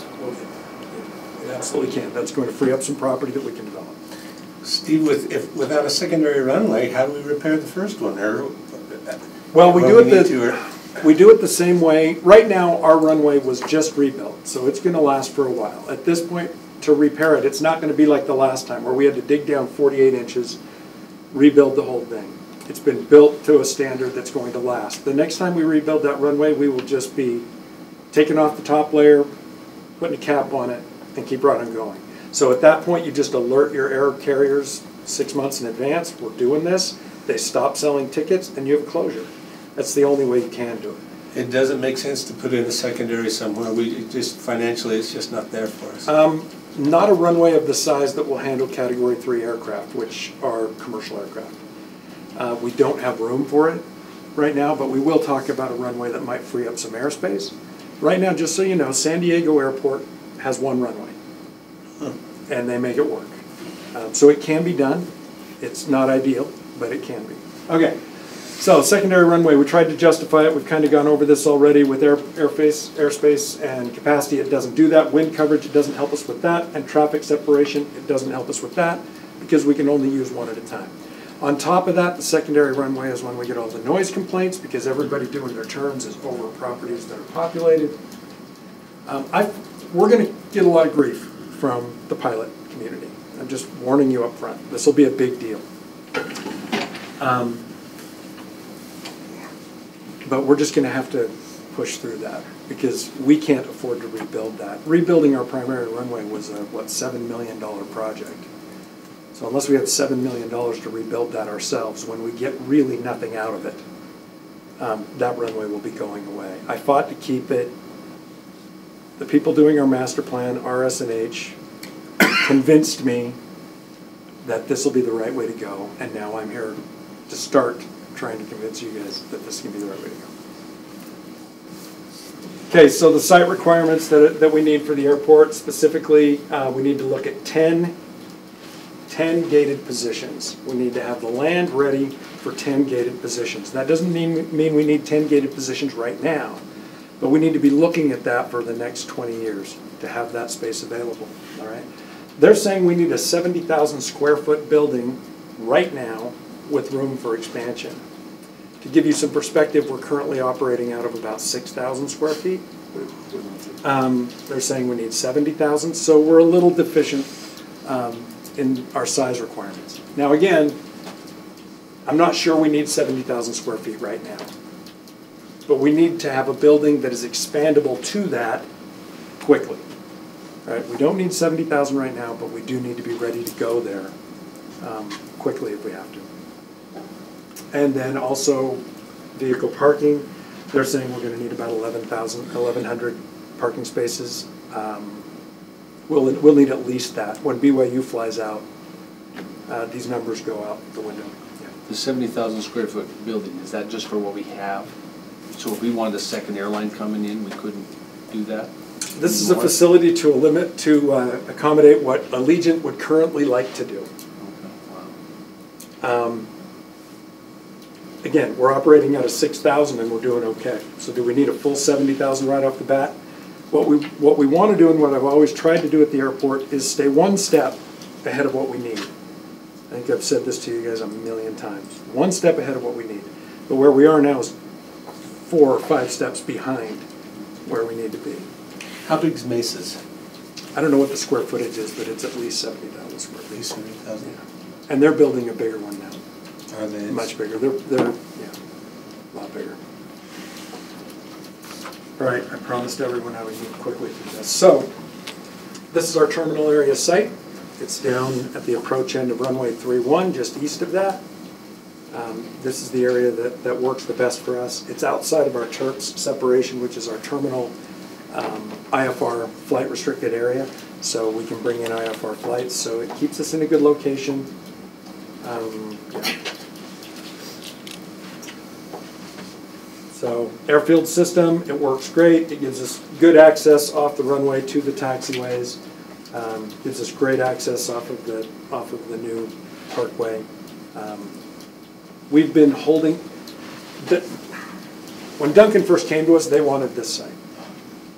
And when we talked to them, when I talked to them, I was ready to just turn them away and say, sorry, we don't have anything for you, and let them go to Ogden or New Mexico, because we have reserved this site. This is untouchable ground. And it was that important to us, but now it's time for us to use it for what we intended it to be used for. Okay, general aviation hangars. This is a future needs planning guide, what we have. You can see that we're currently deficient in every single category. We need more hangar space. I want to talk about this number right here, that we need 5 more hangar pads. Just so you know, that's no longer accurate because we already filled those. So you remember the corporate taxi lane, which we'll talk about in a minute. It's full, and we now need more than 5. So they're a little behind on that one. During the 3 months when they were putting this together and then making this slide, we sold out all our hangar pads. So it just went pretty quickly. Okay, alternatives. First one, runway alternatives. If we promise that we're going to get rid of runway 1836 10 to 15 years down the road, then the FAA will give us AIP funding to rehab that runway so it's usable for 10 to 15 years. Okay? So we can put a new layer on it. Then we'll just have to get a full reconstruct. They won't do that, so we're probably going to go ahead and take that apart. And if we kept it, we would have to take it down to a 75-foot runway anyway. The runway would become very difficult for us to use. So these were the options they came up with. The first one over here is keep the runway where it is, narrower, and rebuild it. This one, I'm not sure what they were thinking here, but that was one of their options they came up with that we quickly eliminated. This one made a little more sense because we could use it as a crosswind, but it didn't do anything to alleviate stress on the primary for 95% of the time. So runway 4, or option 4, the parallel runway, is the one we came up with that served our needs the best. It has the 95% wind coverage. We can move all general aviation aircraft over to that and free the primary runway up for Cat 3 aircraft. Right. And that looks really close to the main runway, but it's almost 1,000 feet away. So it's actually far enough away that we can do simultaneous landings on it, which is the distinction that's important. We can land 2 aircraft at the same time. Yeah, and you can see that if we made it bigger, we would be going through moat and lake, and for GA aircraft, we don't need it. And if we wanted to make it big enough to be another Category 3 runway, we would have to separate it out further. We'd have to relocate our control tower. There's just way too many issues to make that work in the near term. There you go. So that's the one we picked. I already gave away that slide. So there it is. Shorter runway, meets all of the standards so that we can get everyone in and out at the same time. We are a little bit concerned about runway crossings, but in a controlled environment, this happens all the time. At Salt Lake, they cross runways continually because they have 3 parallel runways that they use. So Steve, you talked about funding for 1836. Yeah. Potentially using that. That's like no, because that's funding that's throwing good money after bad at this point. It sounds like. To rebuild it, it is. But just to be able to use it, which we still are using it, we do need to do some repair on it. It's almost in a totally failed state at this point. It's alligator cracking, and so we're going to need to just shave it off. Make it last us another 10, 15 years until we get the other one going. Then our pilot community will be okay. It's an ease in to total elimination of it. And will the federal funding help on our secondary runway? Oh yeah, So that is totally AIP eligible, and in 10 to 15 years it'll become a priority because our traffic will justify it, and at that point we go after AIP funding to build it. Steve, go back to your prior slide. This one? You said that $12 million will be funded by the government? Yes, oh, yes. So that's an estimate of what it's going to cost at the time we build it, 12 to 15 years from now. As long as we justify the need for it, that's AIP funded. The same way we rebuilt our runway right now. We spent over $7 million rebuilding our runway. The city didn't pay any money to it at all. That was an FAA project. Okay, so here are some options for how we could potentially build a terminal. I won't keep you in suspense. These are the options that they could possibly do. We decided a linear build is what we need to do. The others are not cost effective. And then the one we decided was the most efficient was this one right here. So you could start off by building just the inner part right here. So you get 4 gates out of it, alleviate our stress, give us enough room to grow our FAA or TSA area. This was the one we decided would work the best. So we have a better drawing of sort of what Brian came up with. Our aviation planners think that Brian should join them as a terminal designer.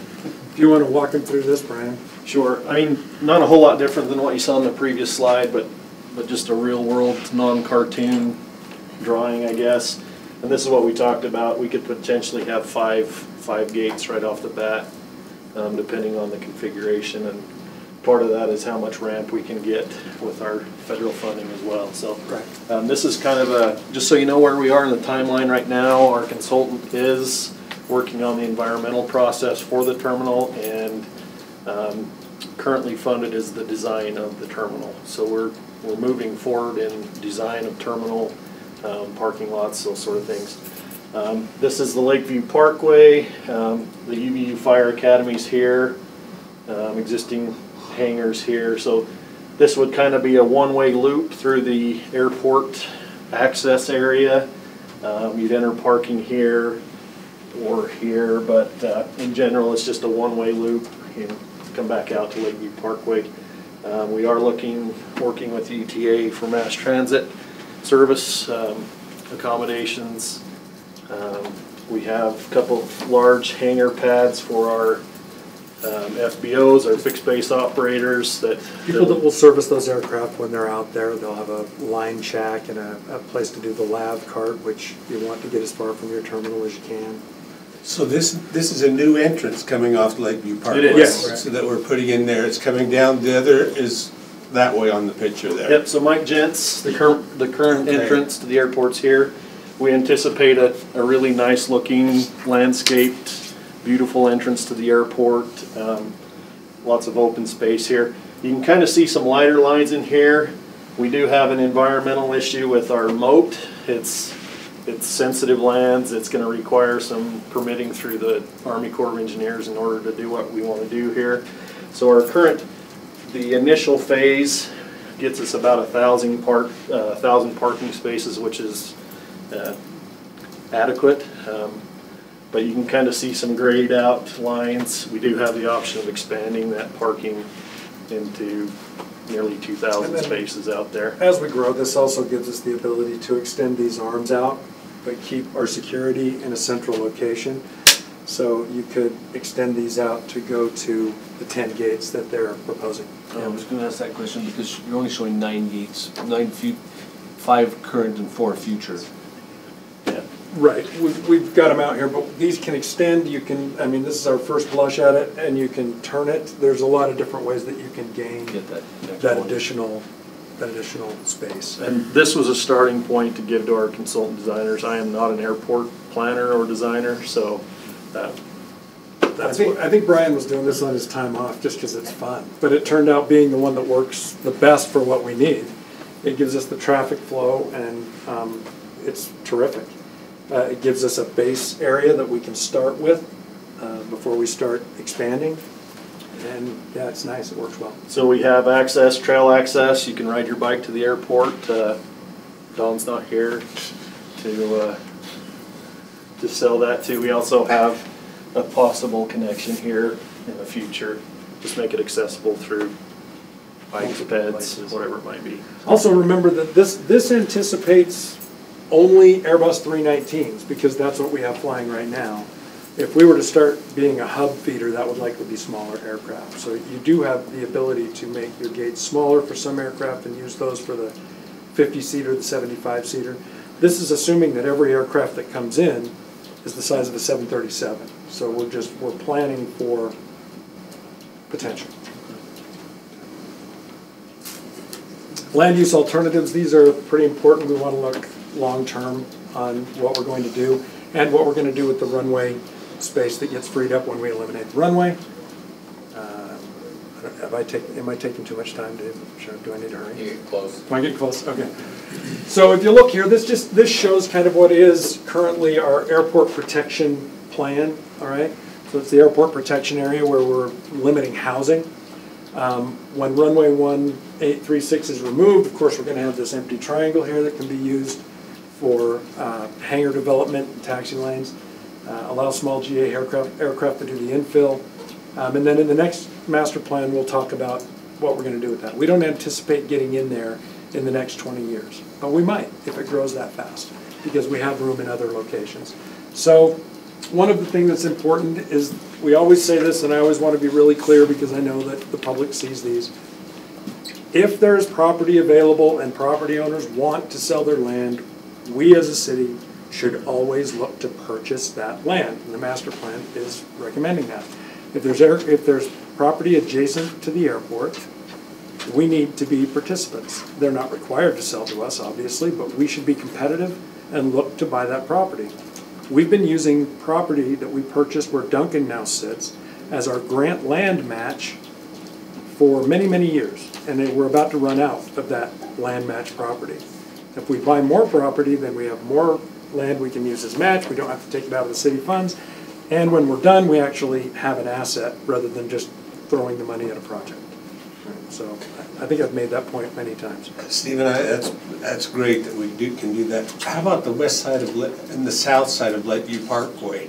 It all has to be contiguous, but we haven't designated anything on the south side there for residential or commercial use. Does that have to be part of residential commercial use to be we own 3 houses right now as an airport. So as long as I'm generating the money from the house, I can buy the land, use it as match. But once the airport owns it, it's an airport-related facility. So Gary, I'm curious about. Are you talking about this area? Yeah, here? yeah. So part of what's challenging about that is that's actually the lake. In some years, yeah. The dike sits right here. So anything south of that on a high water year is underwater. And so it's basically, we don't have any ability to use any of that water ground for matches. I don't think we can get clear title to it, first of all. Is that one thing? I mean, we do own this piece here, which we could expand. But again, south of that dike, it gets dicey environmentally, for one thing. Didn't we decide, Wayne, I'm looking to you here, didn't we decide that this road now defines the separation? Or where's the line? Okay, so this land over here, I don't think we could get clear title to. When it's underwater, it's the lake. It's Utah State. We have that problem all the way around the airport. When the water's there, the state owns it. So Bill, in our west side plan, was the parkway kind of the line? Yeah, and that really is the line in the current general plan. The one that was adopted in 2010 says everything south of the road is just supposed to remain agriculture. And we kept on with that same philosophy in the new updated map. Agriculture or mud lake, one or the other, depending on the year. But agriculture could fit into a airport. It absolutely could. We own agricultural land now as an airport that is used agriculturally. So, yeah, we could. It could work, as long as we can get clear title to it. But if the water rises and it becomes the state's, then we don't have clear title, the FAA won't accept it. Clear title and contiguous. Correct. It doesn't necessarily have to be contiguous, but it has to be close and have an airport use. Okay. Make sense? Okay.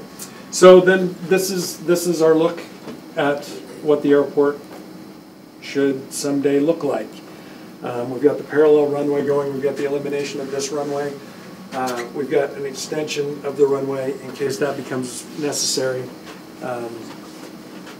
There it is. So we've got to get to some other stuff now. I'm taking too much time. So next steps, we've got to get the FAA to buy off on it. We've really been working with them the whole time, so they're good with all of this. We've got to look at what the development plan means. Do we have enough AIP money to pay for all of this? That kind of stuff. That's our next steps. Okay, budget recommendations. Okay, I just want to show you this quick budget history, and we only took this back to 12. If we went back further, you would see that that number used to be even higher. So you can see that what we've been getting out of the general fund, despite the fact that we've added a lot of expenses to the airport, we are constantly reducing the amount that we're taking from the general fund, and we anticipate that that will continue. I think Dave had something on this. Do you want to make a comment? Just really quickly, I wanted to make you aware. I think there's going to be a bump in the future. You know, sometime in 20 or 21, when funds become available to build a terminal, we're not going to be able to run it on the same staff that we have today. There's going to be expenses, and you're going to see that rise. And it's just like in 2013 or 2014. That was when we hired an additional full-time person at the airport and brought on a part-time administrative assistant as well. But you can see it paid off. You know, things continue to improve at the airport, and I'm willing to bet that that same trend will happen with the new terminal. We'll have to increase some expenditures for a short period of time, but as parking and other revenue gets created with the new terminal, you're going to see that decrease. And it's just like investing in something. And that really is what we need to do at the airport. We need to invest at the airport. I've said it a number of times. We have a real hidden gem at the airport for Utah County. It is not just a Provo thing. Utah County will eventually need this airport in a desperate way. I think we need to invest in it. So, Dave, go ahead, Dave. So you think in 2021 there will be funding available for terminal? Steve has not hit yet on that, but we have made an application for money for a terminal. I know that the state and the county helped us with Duncan, and are we, and I know we talked about it with the legislators when we met with them last week about, boy, you guys, this is important for the county, not just the city, this is a county big deal. Are they involved? Are we using them, Steve, very much in the county? We haven't used the county or some of the other governmental agencies that we have ability to use very much lately. When we were going for the tower and the radar, we did. Yes, they were participants. We have gone to MAG, and MAG actually funded the tower. Terminal, or the radar. Yeah, the radar. And we have gone back to MAG and indicated that we would make another request. Part of the problem with their funding cycle, though, is it's too far out. But we could potentially, borrow against that future allotment from MAG. So we've approached that, and Wayne or Isaac probably can fill in where we're going with the state, because we're trying to hit this on all fronts. I just see what they're doing up in Salt Lake, and it amazes me what's going on up there, and that makes, to me, Provo much more appealing. Yeah, I agree. I don't like flying out of Salt Lake. It's so hard. It's just so nice to come to Provo and do that. And so I hope that we'd be able to get some help there. I agree. Okay, quickly. Right now we are currently doing the environmental review for the terminal and the apron. That is underway already. We have to review all that land before we build on it. Terminal building and design technically is not supposed to start until we finish this, so we're not doing that yet. But it will be done shortly after that is done. And then there was the corporate taxi lane construction, which all of you were involved in. Let's talk about the budget items for a minute here. So we're looking at the potential of a $36 million build over the next few years. We know that we have $8 million already coming to build the apron for the terminal building. So that leaves us with, do the math in my head, $28 million we have to cover. And we have an application in for supplemental AIP funds. $1 billion was put in for supplemental AIP funds. Every airport is putting in their project. Ours is a terminal. We put in for money for that. Right now with the government shutdown, we're not getting a lot of information about where that grant's at. It's unlikely that we would get it in this grant cycle, but we may get it in next year's grant cycle. We have a pretty good case to make. We have a pretty good argument, but that's going to require us to do some lobbying, and we'll all work together on that. Okay. I'm trying to go quickly. If I miss something, Dave or Brian, please. There we go. Okay, Brian. Take it from So there. just wanted to give you an update of where we are. If you remember, a few months back, we came and asked for an appropriation to construct some utilities out here to service these new corporate hangars. That work has been completed. You see UVU's completed their parking lot. If you go out there today, well, today's probably not a great day. It's probably a muddy mess out there, but anyway, parking lot's complete. Our new access road, which was built with the money that was appropriated by council, also sewer, water servicing these hangars have all been completed. If you remember, UVU put $800,000 in. Really has made a huge difference to this area out at the airport, the way it looks, clean things up. The Clyde Company hangar, if you remember, they actually put the money up to build the second half of the taxi lane from here to here. That hangar's under construction currently.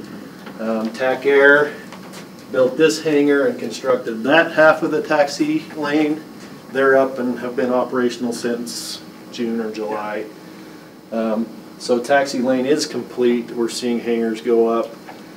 If you'll kind of remember these. So, sorry, go back.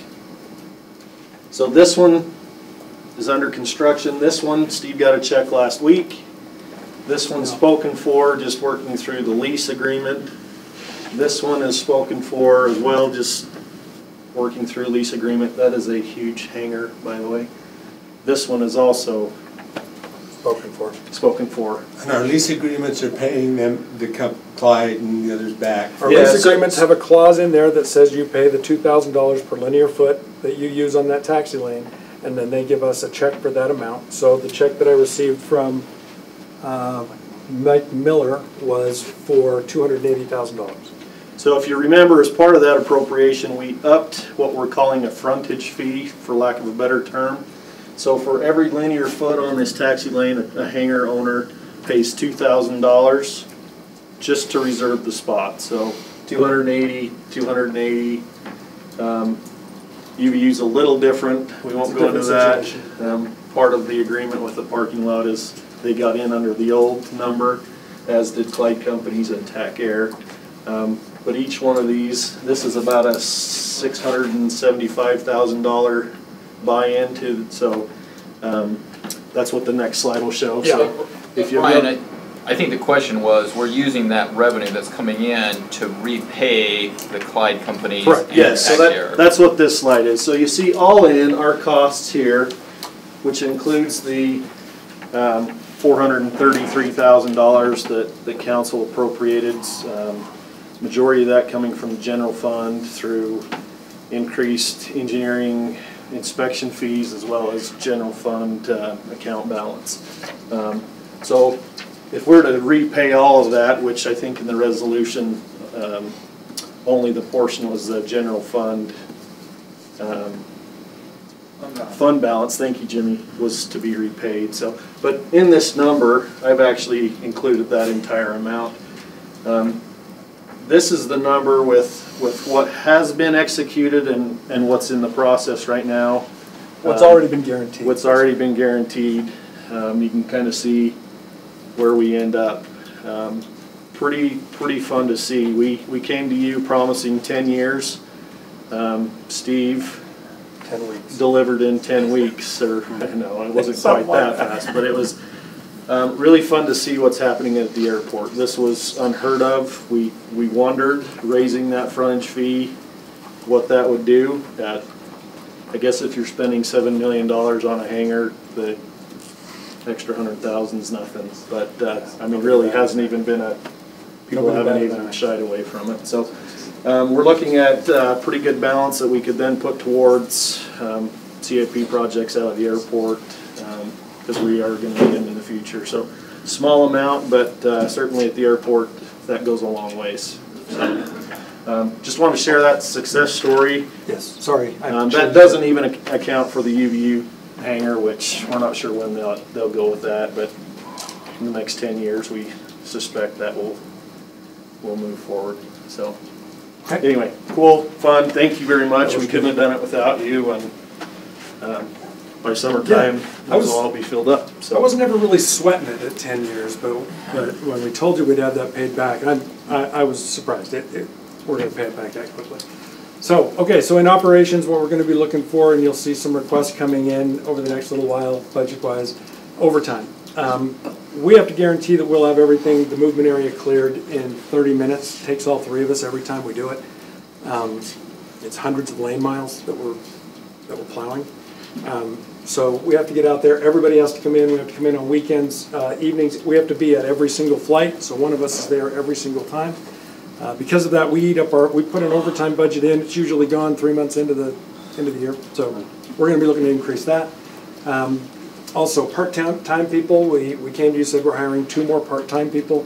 We can only currently afford to pay them for 15 hours a week. We're going to be looking to up that to 20 or 25 in the next budget cycle. And then call-outs. We're going to ask for call-outs for our guys. Right now, I do all the call-outs. My phone is the only one. I'm down there all the time. I'm willing to guess that I get called into work more often than anyone in the city. I'll put that up against anybody. I really think I do. And we're down there for deer strikes, birds, animals near the runway. We have to go down and scare them off if there's a flock of birds. If there's FOD on the runway, we have to go pick it up. If there's a gate that doesn't work or an alarm goes off or a light gets hit or anything, we get a call and one of us has to respond. I'm tired of doing that all the time. My wife's tired of me doing that all night long. So what we're going to try and do is switch it up so Trent and Donovan, my other 2 guys, they get a turn too. And so there'll be some call-out fees involved. So, and if I can just say something, the only way it's working now is that Steve's willing to do that without pay. And he does it because he doesn't have the budget for his guys to go out and get paid to do it. Steve's doing it he's sleeping on a cot in his office if it snows. So we have an airport manager that's willing to do what it takes to make the budget work, and he deserves some credit for that. But it's a nice yeah, this is one thing that we've gone a long ways in public works and streets to make call out equitable or the same throughout the city. I think our airport guys are the last ones to yeah, it'll be great. Be benefited by that. I'll do it every 3 weeks. Also, before I forget about it, during this federal shutdown, all of our TSA employees, there's about 14 of them that are down there. They're not getting paid. Salt Lake is doing some things to help the TSA employees. I think we should brainstorm about things that we can do. They've all been pretty quiet about it. Nobody's said anything. They're all saying they're doing fine. We talked to them. They say we're getting through. This last week, when I started talking to them, you could just see it in their eyes. It's starting to affect their lives pretty dramatically. To have to come to work and not get paid for it. We know that they're going to get the money eventually. I was thinking of going to some supermarkets and see if we can get them some, I don't know. I was reading just this morning, there's a couple of cities that have airports. Well, San Jose's is large, but it's a secondary airport also. And there actually, the city is funding loans to the people to keep their paychecks coming. Yeah. I don't know how that works. I thought about using maintenance budget and funneling it to them somehow, but they can't accept anything from me. Even if I give them a ham for Christmas, I have to give it to someone else to give to them. It can't be from us. And so it's complicated, but if someone else is doing it, we need to find out how they're doing it and maybe try it. That's a good idea. If we can loan them and keep them going, that would be good. Okay. If I could respond to that as well. Yeah. I think there's stories from all over the country. There's airports all over, and perhaps each one's doing it a little differently. I've heard of food banks, temporary food banks being set up outside of airports. I mean, there's a lot of things going on. We have 14, so we're not an Atlanta by any means.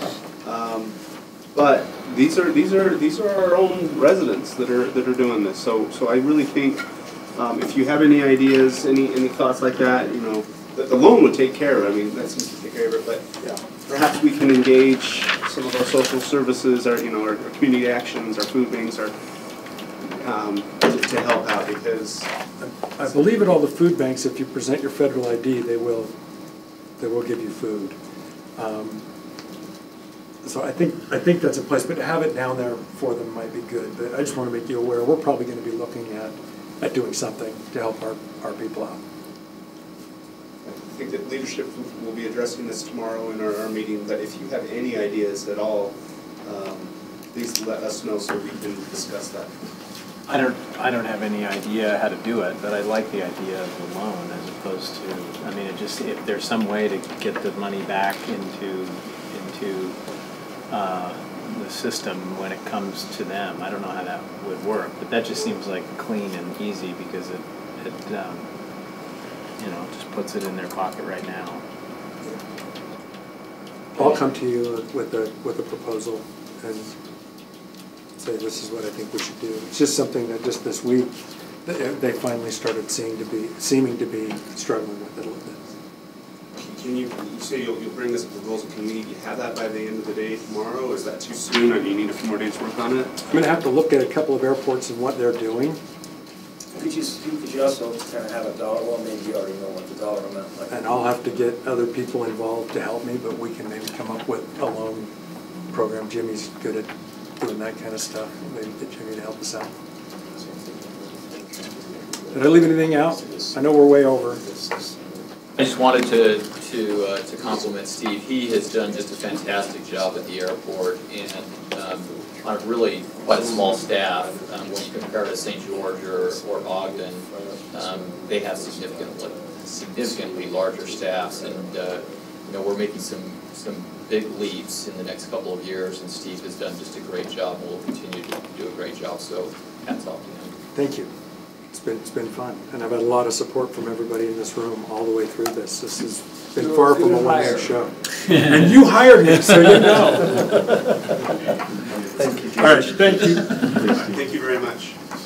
So with that, we are looks like about 20 minutes behind. We have a 5-minute break. To make it 3.5 minutes. You know, take the time you need to get up, stretch, grab a drink, or whatever you need. But let's not let that drag out to 10 minutes. Get back as quickly as we can.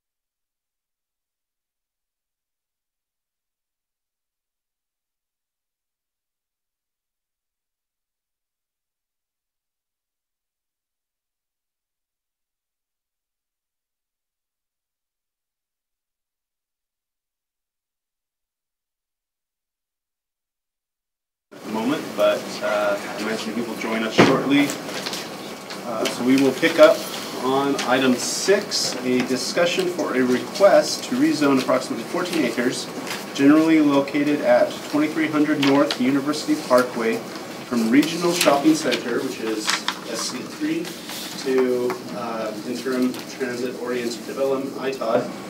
And this takes place in the Carterville Neighborhood and will be presented by Aaron Ardmore. Thank you. So you're all familiar with the mixed property by now. This is a revised plan that they're starting on right now. So in the past they had SC3 zoning on the whole property. Then you guys passed an amendment to allow residential on that at 20%. They've now switched gears due to market situations, and they are trying to rezone the north and the east portions of the property, which amounts to 14 acres, to the ITOD zone. This would enable them to develop all of that in a residential product while continuing their commercial SC3 property, a similar plan to what they've had before on the commercial end of it, adjacent to the University Parkway. This zone change was taken through Plan Commission. We had some suggested conditions, and I believe you've all received the report of action with the conditions that came out of that meeting. They all have to do with the development agreement that would have to be attached to the zone change, indicating the site plan, indicating the 10% of the units in affordable housing at 60% AMI, and that, let's see, that all parties of the future development of the subject property may necessitate significant improvement to city sewer facilities, and that the cost of that improvement would be the responsibility of the developer. So there's some things in that language that I believe has been sent to Brian Jones that would hold them to certain standards to develop the ITOD zone and the commercial property of the mix. I can go into more detail tonight and just try and find out what questions you might have before this evening. On your last comment regarding one of those conditions regarding the sewer and under facilities, it says the future development of the subject property may, does that mean beyond what they want to do? Does that mean anything they want to do? Is it? Well, so David can elaborate on this, but down the line from the mixed property, there's some issues with sewer capacity. So the commercial end of it that they want to get started on right away shouldn't be an issue from what I understand. But once they develop that, hire on somebody to develop that 14 acres of residential development, that will increase dramatically the sewer demand for the property, which will most likely necessitate improvements for that sewer infrastructure down the line. I see the map that they've divided into lots. Right. But they were going to maintain the property, they were going to keep the property themselves, or why are we dividing this into lots particularly? I don't. I get the idea, they haven't come out and said this, but I get the idea that they're going to sell that that portion of the project to a different developer. Well, the lots were created under the previous plan. There were buildings and things on those lots. That's a subdivision plat that got filed previously. Now it may be a good idea to get rid of some of those interior lot lines, and we've suggested that to them. In the area that's going to be ITOD, it could be annoying to have to design around those property lines. I think it would be. Yeah, we've had that discussion with them. Okay. We've suggested they get rid of those due to setback standards and whatnot. If they want to have a continuous development, the property lines would make it very Because difficult.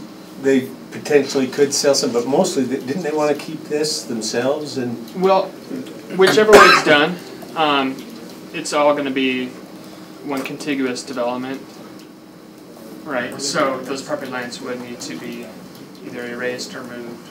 If they've been marketing the residential area, the ITD, for a different builder.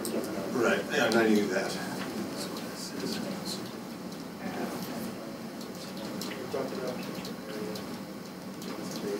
Any other questions or this discussion.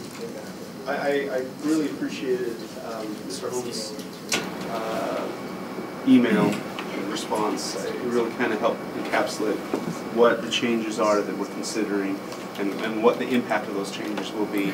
I appreciated the conversation about potential future tax increment incentives, and just one thought on this. Obviously we've had a history on discussing these things, but when we talked with Orem and asked about theirs, they kind of scratched their heads and said, "Oh, well, yeah, we would never consider tax increment on residential."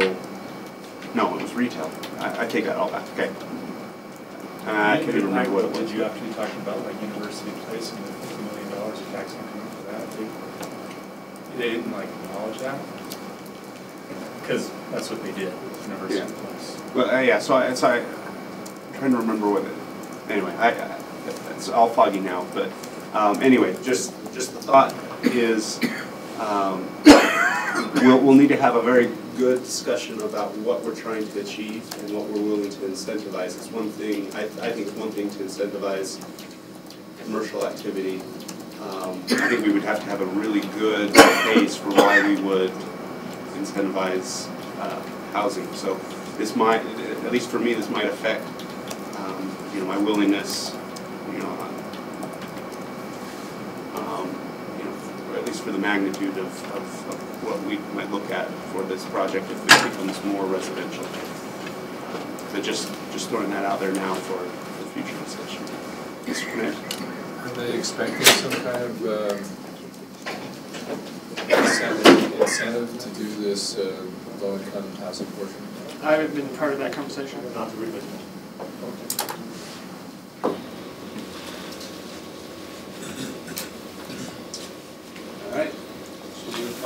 Thank you very much. So one more comment. I guess it has to do with, and it came with this is also, it just basically has to do, are we comfortable with the ITOD zone for this particular area? Because as we bring this project, this is a gateway to our city, and that was some of the things that people were concerned about. This is an important piece of property coming into Provo City, and do the zoning standards actually meet what we hope to accomplish?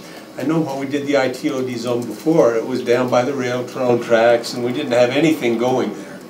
This is a vital piece of property, I think, to our community, and we want to make sure that what we've got there is something that we can be proud of coming in. And is the zone going to give us that? Do you have a specific question or concern about the existing ITOD? My biggest concern, and I don't know how to deal with this, and maybe Bill can help me here also, it's the look of it coming in. As I think of things coming into the community, I don't want cinder block student housing.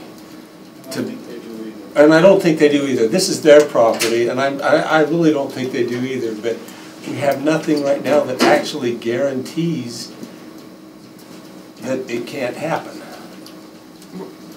We'll be prepared to address that in the public hearing. Thanks for the question and the hands up. Okay. One other question, this is from a constituent, just wanted to know if in the ITOD zone,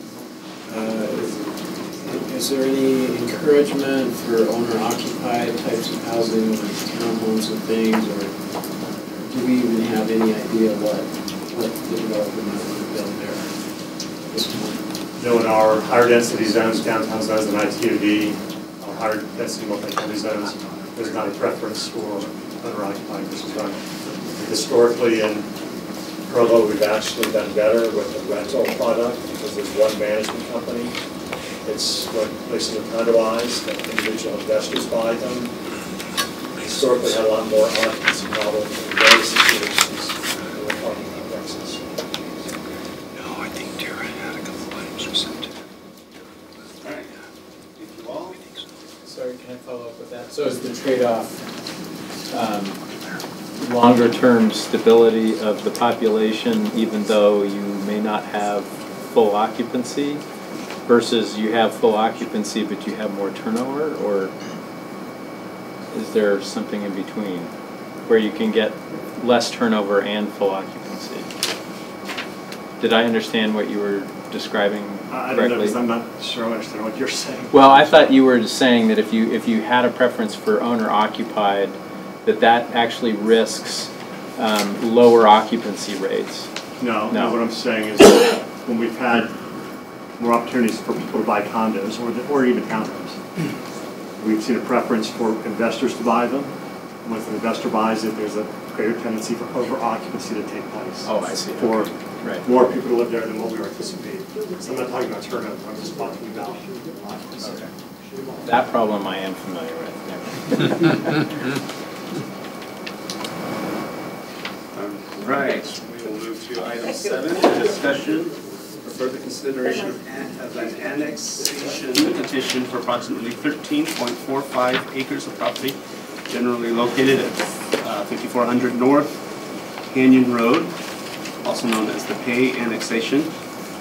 This is in North Timpview and Riverbottoms Neighborhood, and will also be presented by Mr. Maxfield. And help me out at the very beginning.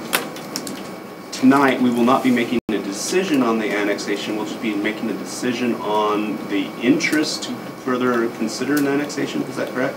Right, under state code, it requires a petition to be filed, and that petition has to be verified as meeting the value and ownership requirements. Once that is done, that starts a process, and it's normally going to be about 60 days. I'm sorry, I lost my voice there. Minimum. It could take even longer depending on the concept plans and other things involved, but this is merely starting the process. It doesn't agree to annex. Basically, this is in our annexation policy declaration, and so it's hard to adopt that and then say you don't accept the petition. So it's kind of just a matter of going through the steps. Just to orient you a little bit, sorry, just if you're not aware, University Avenue, Canyon Road up in that northeast corner, and then the Peay property outlined in red. This area was actually before you a couple of years ago for annexation. The colored areas are on here for the current zones to show you what's in the city and what's not at this time. There a couple of years ago, there was one person who didn't want to sign in the annexation, Roger Gillespie, in through this area. And he's in an agricultural protection zone, so you could not force him into the annexation. At that time also, state code said if you created an island or peninsula, you couldn't consider the annexation. The change in state law is that if the county and city are in agreement, it can now be considered and go forward that way.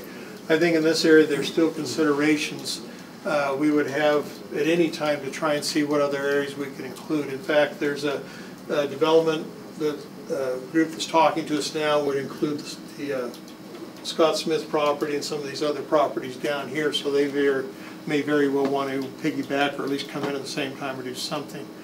All this area, though, is one that has a lot of development concerns, other things that have to be addressed with utilities as well as services and just basically what the potentials are. So tonight it's just, again, merely accepting the petition to get underway on that. There is a concept plan and other things that would come forward with the actual ordinance to adopt the annexation. If I just make one additional comment to that, notwithstanding the fact that it is on the plan, much like having proposed or future zoning on your general plan doesn't obligate you to adopt the zone, you're not under any obligation to either ultimately annex it or even to consider it. So the statute does allow you, and that's the question that's before you tonight, is the statute does allow you, if you are confident that even after the review you're not going to want to annex it, you can save everybody the time and money of going through the review by just saying today we deny it. You can't accept it today, but you can deny it today. So we can get into this more later, but I guess my only concerns would revolve around, I mean, if it was barred in state law, it's probably because it's problematic, not the best practice to incorporate islands or peninsulas and whatnot. And this is a peninsula, and so my concerns are, you know, are we able to address utilities and things like that? you know, because it is kind of isolated. So, but at least at this point, wouldn't feel comfortable denying further consideration, but I would like to see that as part of the consideration. Mr. Stewart. If approving it tonight, go ahead, is tantamount to approving it. It isn't tantamount, but you shouldn't approve it unless you're seriously considering annexing. Well, I don't know that I... The time and money, Brian, people are going to spend. Right. I mean, I would phrase it a little bit differently and say you shouldn't approve it tonight for further consideration if you're already sure you're going to deny it. But if you feel like you don't have enough information, I think it's fine. I think the statute contemplates that you go ahead and undertake the review. If anyone is curious, we do have the full flow chart that it would have to go through. So this is only these first steps where you're considering it or rejecting it outright. So if you deny it, it will be rejected. If you accept it, it will go through several more steps and back to a council meeting. So we'll have lots of time together. I just wouldn't want to create a catch-22 where we're not obligated to provide services with a practical way to do it. And I guess that's what I'm interested in. What's the benefits and what's the costs that we're dealing with? And we haven't heard a lot about those things as far as getting the costs to the city. I'm interested in looking. I think it's a nice piece of property with great potential. And what are the costs of bringing it in? I just don't know yet. And I'd sure love to bring in some of the adjacent property as well, so it's not a peninsula.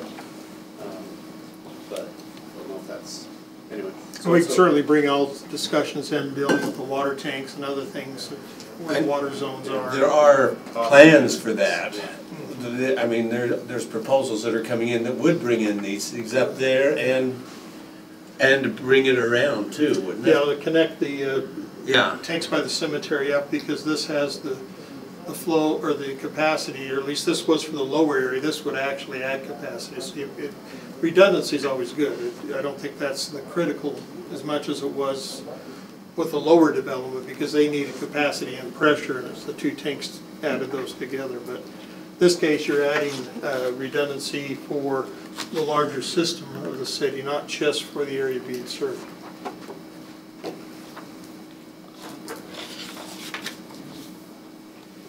Any other questions or comments? So we'll see this later tonight. Thank you. All right. Move on to item 8, a discussion on an affordable housing resolution and policy for Provo City. Take it away, Mr. Strachan. Hannah, can you bring up the affordable housing resolution?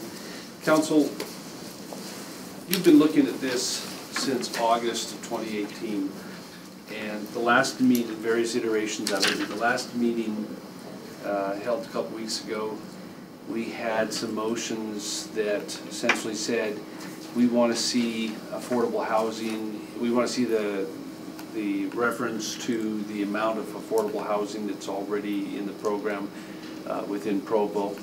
And what I want to show you on here is that when we pull it up, we've addressed all your comments.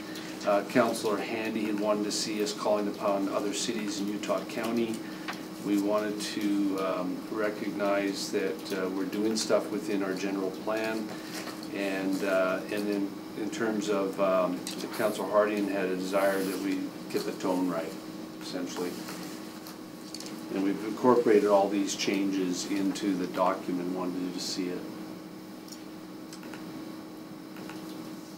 On basis of being a little slow, but I'm trying to pull it up from another source that I think will be a little more reliable. I'm having trouble projecting too.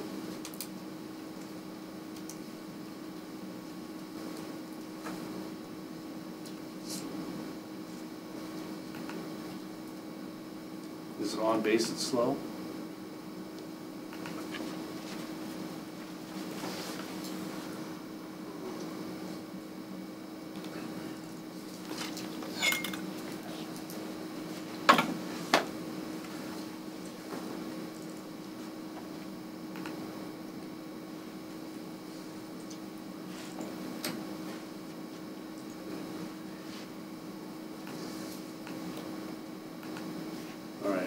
So if you'll scroll down to about lines 48, line 48. Okay, so line 48, 40, 47, 48. The mouse is just keeping Just scroll down, right there. Just hold there, almost I'm hold. trying, the mouse is running away. It's running away on you. Okay, so here we've added the reference, we've included multiple measures supporting housing affordability and affordable housing within our general plan. We did actually include further up a definition of a housing affordability and affordable housing.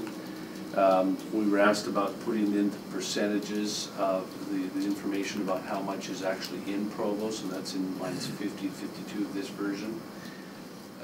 Scroll down to, we actually go up to lines 45, 46 for a second. Okay. Doesn't want to play with you, does it?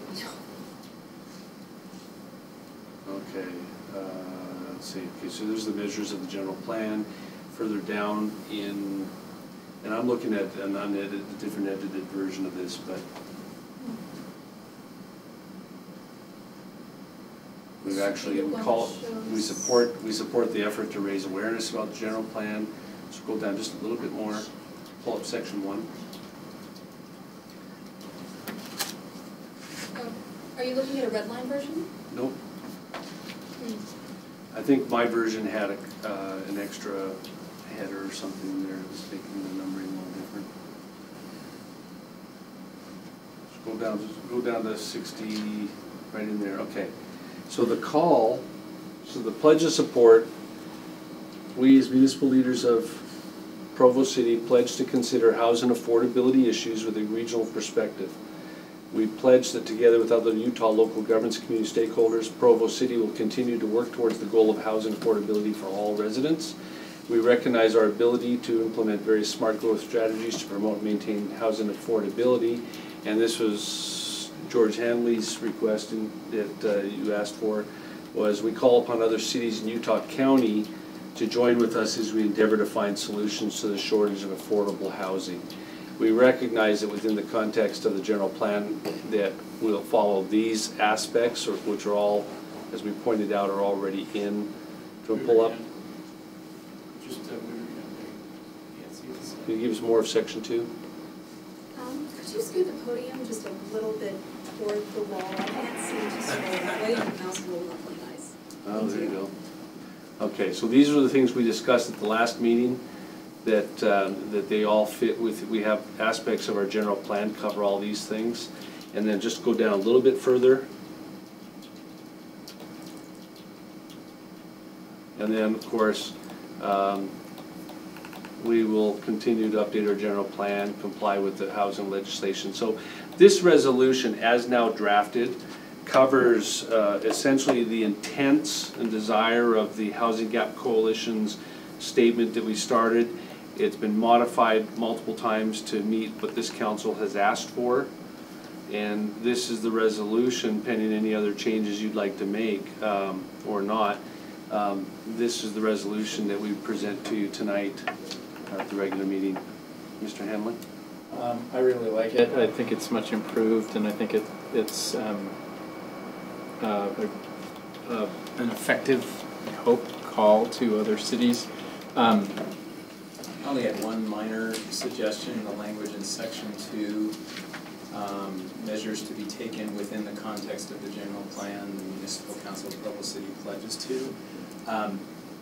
I know it's stated clearly earlier, but it just seems like maybe something like consistent with the goals in our general plan we will continue to do, or you know, or pledges to continue their efforts to, or something along those lines, so that it's both linking to our general plan.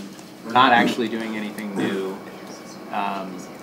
because it's just a little less clear in that language there. So you would have it read consistent with the goals of the general plan, the municipal council of Provo City pledges? So right now, yeah, it says within the context of the general plan. Yeah, so consistent with the goals of our general plan. Okay. Is there a strong sense of support for that? Okay.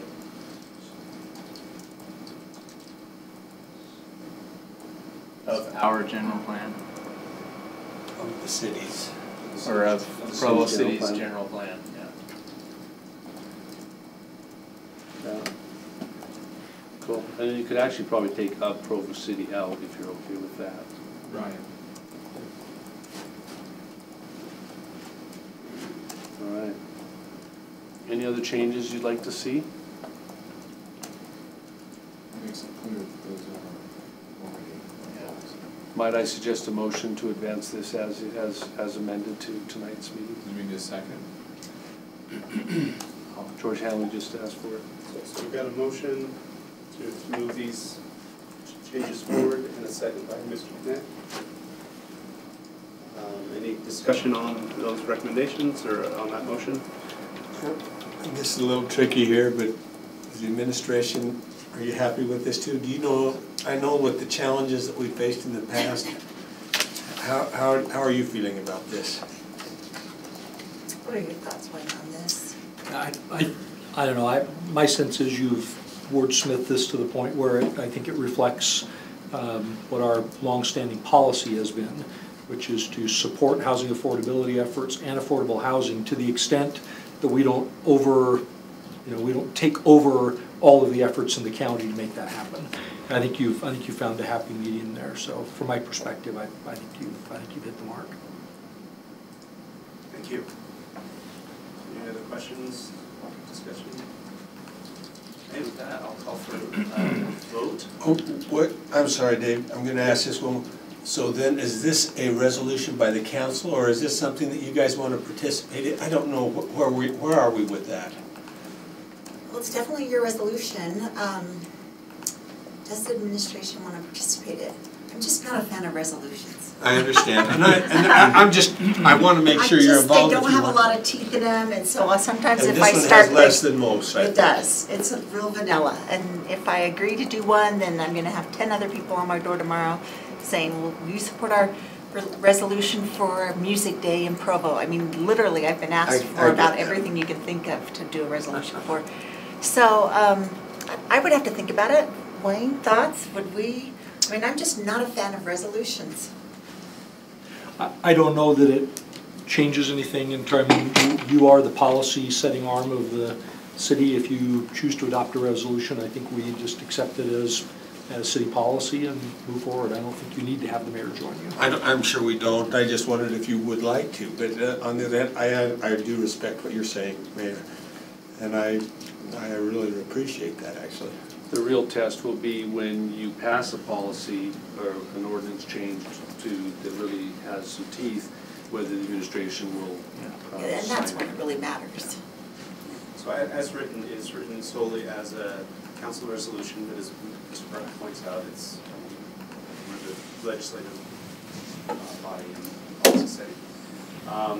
But the invitation is there if you change your mind in the next few hours. Okay. We will entertain it in the public meeting, but as for now, we'll go forward. You have about an hour and a half. Just 90-minute camping. But we'll move forward as it's written. So I'm not interested in supporting this, and the administration isn't at least in favor of it, not necessarily. Oh, I'm definitely in favor of it. I think you've got it to where it meets all. And at first, I think the first draft not great because they're hoping Provo takes on a lot of this responsibility. And I like that we've done it and mellowed it out enough that it's saying, hey, it's not just us, it's everybody that's in this game together. I like it better. We did it, it's your turn. That's what we're saying. We already have done it. Well, and you continue to support both those concepts. So you'll need a vote to advance it. Okay, so any more discussion? Yeah. Cliff, you just made a comment a minute ago. It says one of the tests of this comes is when the legislation comes that puts something into place that has some teeth. Is there some kind of anticipation of something? I mean, are we doing this so we can take that next step?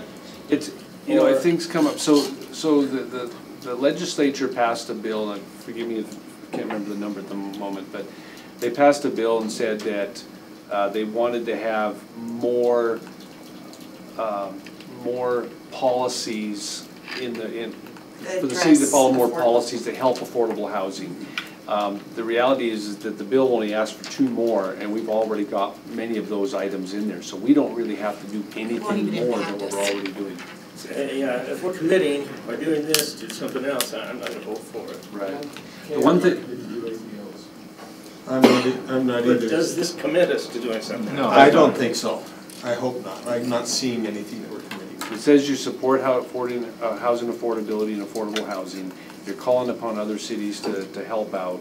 You're restating your commitment to policies you've already Which, adopted. those listed things were in our general plan. Yep, we've identified virtually every one of those things is in there. It's who we are. And we've been doing it since the 70s. I mean, honestly, affordable housing is not new to Provo. We've been dealing with this since the 70s and doing a great job at it, which is fantastic, but every other city sits back and lets us just do it, and they don't do anything. And I've been listening the last little while. We were talking about the growth that we're heading. We just don't have housing. We have more people moving into the state than we have available housing, and it's just continuing to go that way. So I think, I know that the state is putting things out. I think it's a very, I think we're taking advantage, actually, of a request that could have hampered us, and we're turning it into something that I think is very,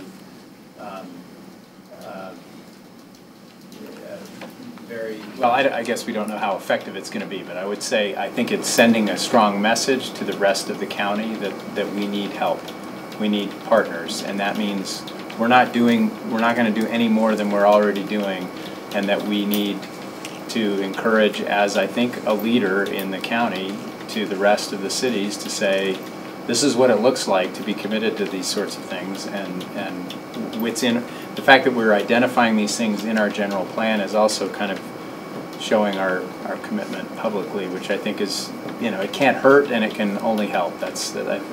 So for example, it says in the very first line of the pledge of support, the second line actually, pledge to consider housing affordability issues with a regional perspective. You're recognizing that it's bigger than Provo.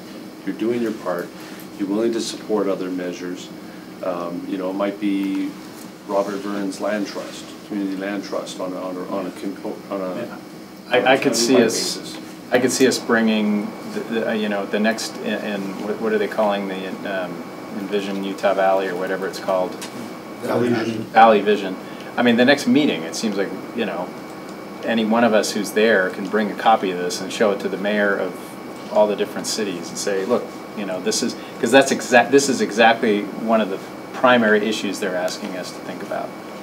So. Also, when staff prepared the analysis and comparison, they talked to other cities, and a couple of them were like, hey, yeah, we would like to work together. And at this point, I don't think we have wordsmithed it to the point where we are not promising anything that we cannot deliver or have not already been doing or don't already plan on doing. But if we backed away from it now, it would send a message to these other communities that, yeah, maybe we're not so serious about working on this with you. So I think we have some momentum here, and it sends the right message, and it doesn't obligate us to do anything more than we're able to do. We're not going to run faster than we have strength. It's good. So we have a motion before us. Any other discussion on that motion? And just a reminder, this motion is to advance forward to tonight's meeting the adjustments that have just been proposed. On that motion, who's in favor? And that is unanimous. Great. And council, thank you for all your efforts on it. I know Bryce has done a lot of work on it. I've done some work on it. Some of our committees have done work on it. It's been a long and I think a good effort with lots of good input. Okay, excellent. Ms. Hazel, can you bring up, once you're done with that,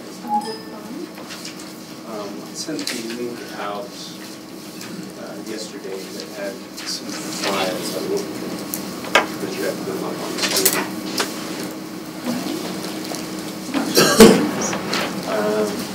Or I guess, can we just turn off the projector and roll up the screen? Yeah. So this item is a review of council board and committee assignments, including a discussion regarding council goals. So I'm leading the discussion.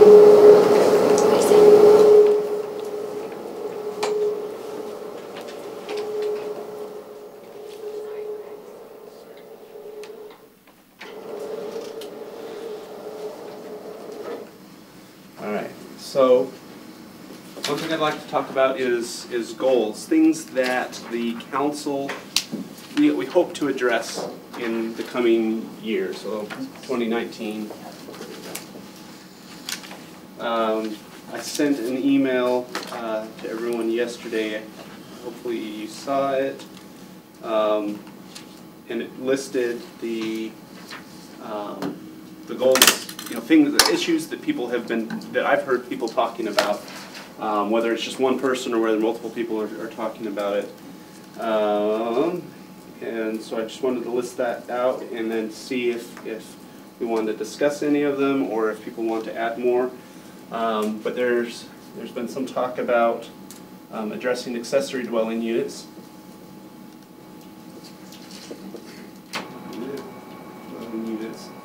So this is our A overlay, our S overlay. There's been some work already on detached accessory units that might be like carriage houses, casitas, backyard dwellings. So that's one thing that we might want to address. Short-term rentals. This is something that the administration has been actively working on for a little bit. Parking policy. Policy. Again, particularly in,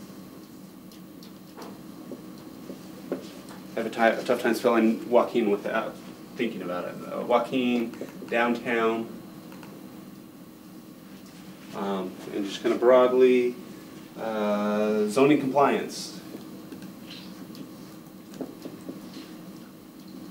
And I'm giving like a 5-second thought on this as we go along. Obviously, these are complex things, but seems like a year and a half, 2 years ago, we had a separate committee, kind of a work group that had a lot of stakeholders that came up with a list of things that both administrative and legislative, high impact, low impact, high cost, low cost, kind of a matrix of things that we could look at.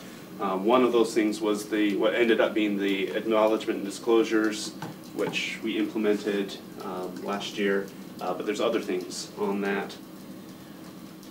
Rental dwelling licenses, and basically how are they being used right now? Licenses, how are they being used now? What might we, do we want to use them differently in the future? Just lost my list.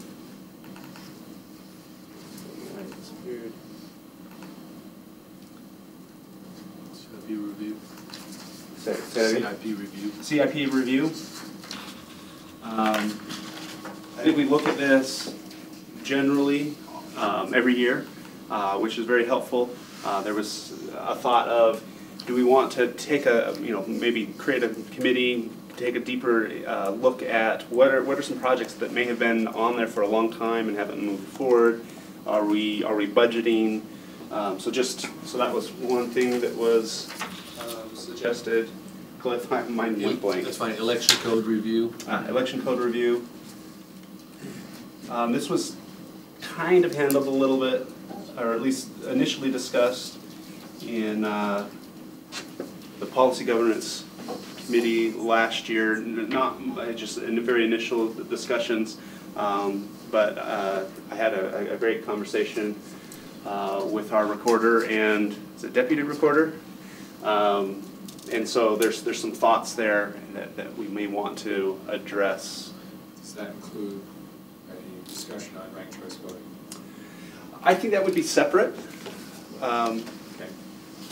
Just where we're at in the process, I think those would be separate. But that might be, and I'll throw it down here, just kind of again more brainstorming session. But one of our goals could be that we want to have a community conversation about ranked choice voting. Because we know that's going to be a decision for the future. But I do see that as separate of this code cleanup. As an example, in our code it talks about bank they don't talk about credit cards, but they talk about bank transfers or bank withdrawal, bank, there's a word there. But anyway, I mean, it's just, you know, perhaps we need to review it to see if there's updates. Range choice. What was that? Housing audit. Okay, housing audit. The general plan calls for a comprehensive citywide housing audit. And we've talked about a number of things. In fact, that was one item that showed up on several areas of meeting the, or how we might address the affordable housing. Is that a budget item that we're going to have to do? And that becomes the other side of it, right? Is that for to do it, we'd have to identify a cost and ask the administration to put it in the budget. Or later on, it's possible to do an appropriation, but. Right. Yes. Are you looking for new? Yes, yeah. Two things. One is, Dave and I have been talking about this a little bit, or this Dave, I should say, Mr. Sewell. Sorry, I'm not good at remembering to use formalities, but Mr. Sewell and I have had this conversation about the gravel pit issue. But what I think is the more comprehensive thing is closing loopholes, re-examining the law related to mining, and also just general protections of the foothills that seem to be weak in our current code. So mining and foothill protection, yeah. And the second one is also a conversation that Mr. Sewell and I have had with one constituent in particular is fireworks. Whether or not we need to have revisit our city-wide restrictions on fireworks. And since the season will be upon us before too long, it seems like that ought to be, if we're going to do that, it ought to happen sooner than later. I know the state has preempted some of our flexibility in addressing fireworks, but I think. But they have given us some, at least according to Senator Bramble. He was pointing out to us some areas where we did have more leeway than we thought. Okay. Yes, Mr. Sewell, sorry, Mr. Connect. Should have just said Dave. Finalizing the work we've started on, identifying the HOAs and their contact information and getting it out to the neighborhood chairs so that we can verify which neighborhoods they are in and frankly what are the boundaries of the HOAs and interact with them on the neighborhood level and on a community development level when something is happening that is going to affect an HOA, we should be engaging with them, and if they have newsletters, they should be going out to the neighborhood chair, and vice versa. They're trying to make their part of Provo a good place to live, and we should be working together for that to happen. Okay. Excellent. Any other thoughts? Just last thought is we've just about finished the accessory dwelling unit combining the A&S overlays, and we just have a minor tweak that Brian's working on to make sure that the restrictions on the accessory always are on the accessory and never on the main unit. Then that thing will be ready to go forward. Some of these can be assigned to various committees, like zoning compliance, obviously, the zoning committee, and housing could do some, and neighborhood committee can do some, but for those that don't fit in with a committee to address it and champion it, then we're going to have to figure out another way to move these forward. Okay. Thank you. Sawzall, I believe you should have been copied on an email.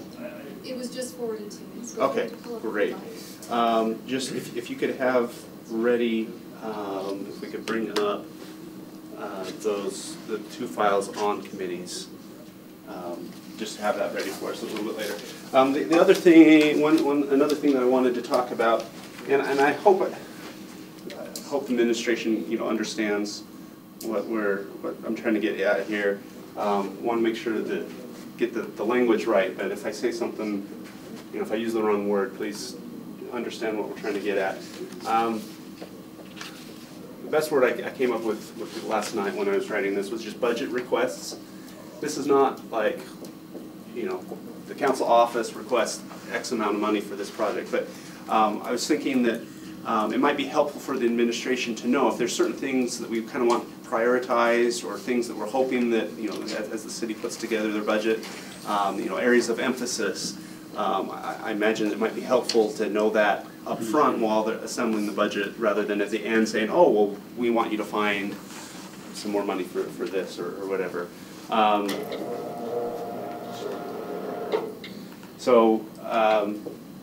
there any thoughts just up front, any things that that the council might be interested in seeing as the new budget comes forward? Mr. Sewell. One that I think is probably on a lot of people's minds is police officer safety. I have no idea what could be done to enhance that. I hear people talking about that. Okay.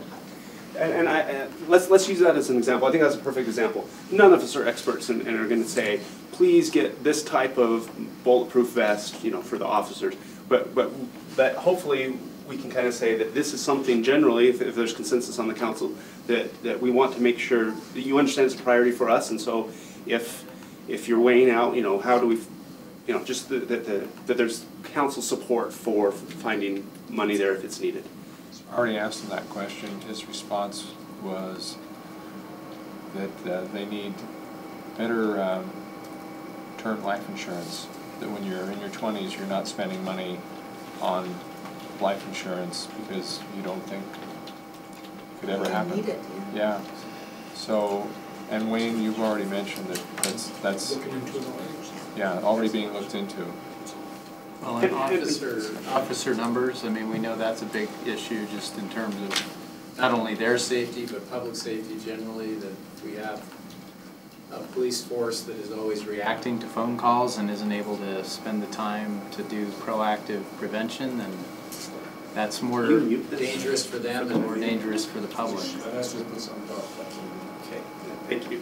It's amazing to me as we visited the different police stations for the buildings, the numbers that they've had compared to what we've had. And they're so much smaller. And they're so much smaller, these places that we've been visiting. They have much more. And they have more, all of them have more officers than we do.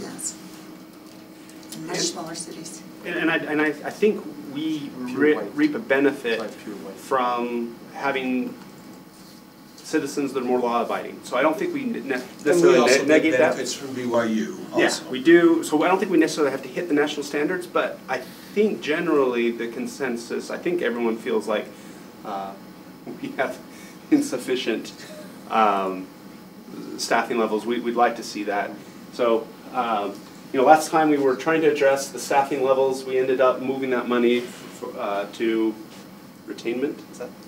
Retention. Retention, thank you. Wow. So retention.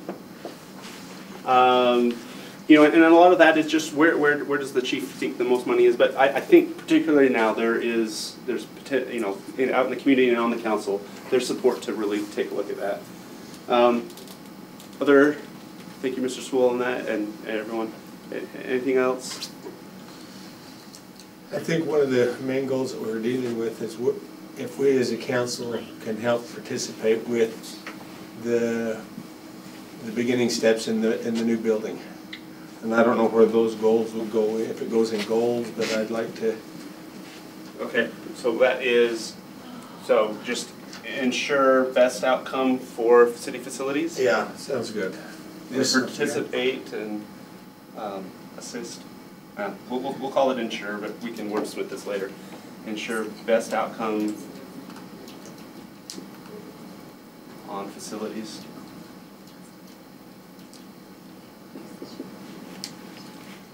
Okay. I was thinking, if we're looking at parking, perhaps we might need another license plate reader. For parking enforcement? For parking enforcement. And you know what, I'm going to take that back, because I don't want to get into the telling you like, yeah, this is how, but I think just parking enforcement, wherever the money would be best needed, best used. What's that? It's under customer service. Customer service. Yes. Yeah. So outside of the police line, but the parking enforcement. Really, without getting into specifics, just back you up for a minute. So conversation that Wayne and I had, actually we did electronically, but it's generally just one of the challenges last year when we had the earlier discussions on budgets was sometimes the council passed motions that gave some very specific spending instructions to the administration, and the administration would prefer that we not do that. I think if you give them general areas like police, parking enforcement that are, hey, you have some broad concerns that you'd like to see addressed, I think that's helpful, but they don't want to be tied down early in the process to what their options are. Is how I understood the conversation that we had. That's good feedback. The other one I want to throw down there is zoning enforcement. I'm hopeful that... What's the difference in compliance and enforcement? What are you... So our goal is to achieve zoning compliance. This is looking at money towards zoning enforcement to help us achieve compliance. If it makes people feel more comfortable funding anything that would help us with zoning compliance. I'm hoping we have already put some more money there than we had in the past. I'm hopeful that we'll get some outcomes, some results reporting on that. You know, how has that money been used? Have we seen improvements, measurable improvements, and whatnot? But still, where we're at, and again, this is something that the whole council needs to weigh in on. But I feel like perhaps zoning compliance is still an area that we could fund a little bit more and try to move the needle more on. So you mentioned reporting. You may want to go over on the goals where we have zoning compliance and add reporting, because it's hard to make adjustments when you don't know what's happening. Okay.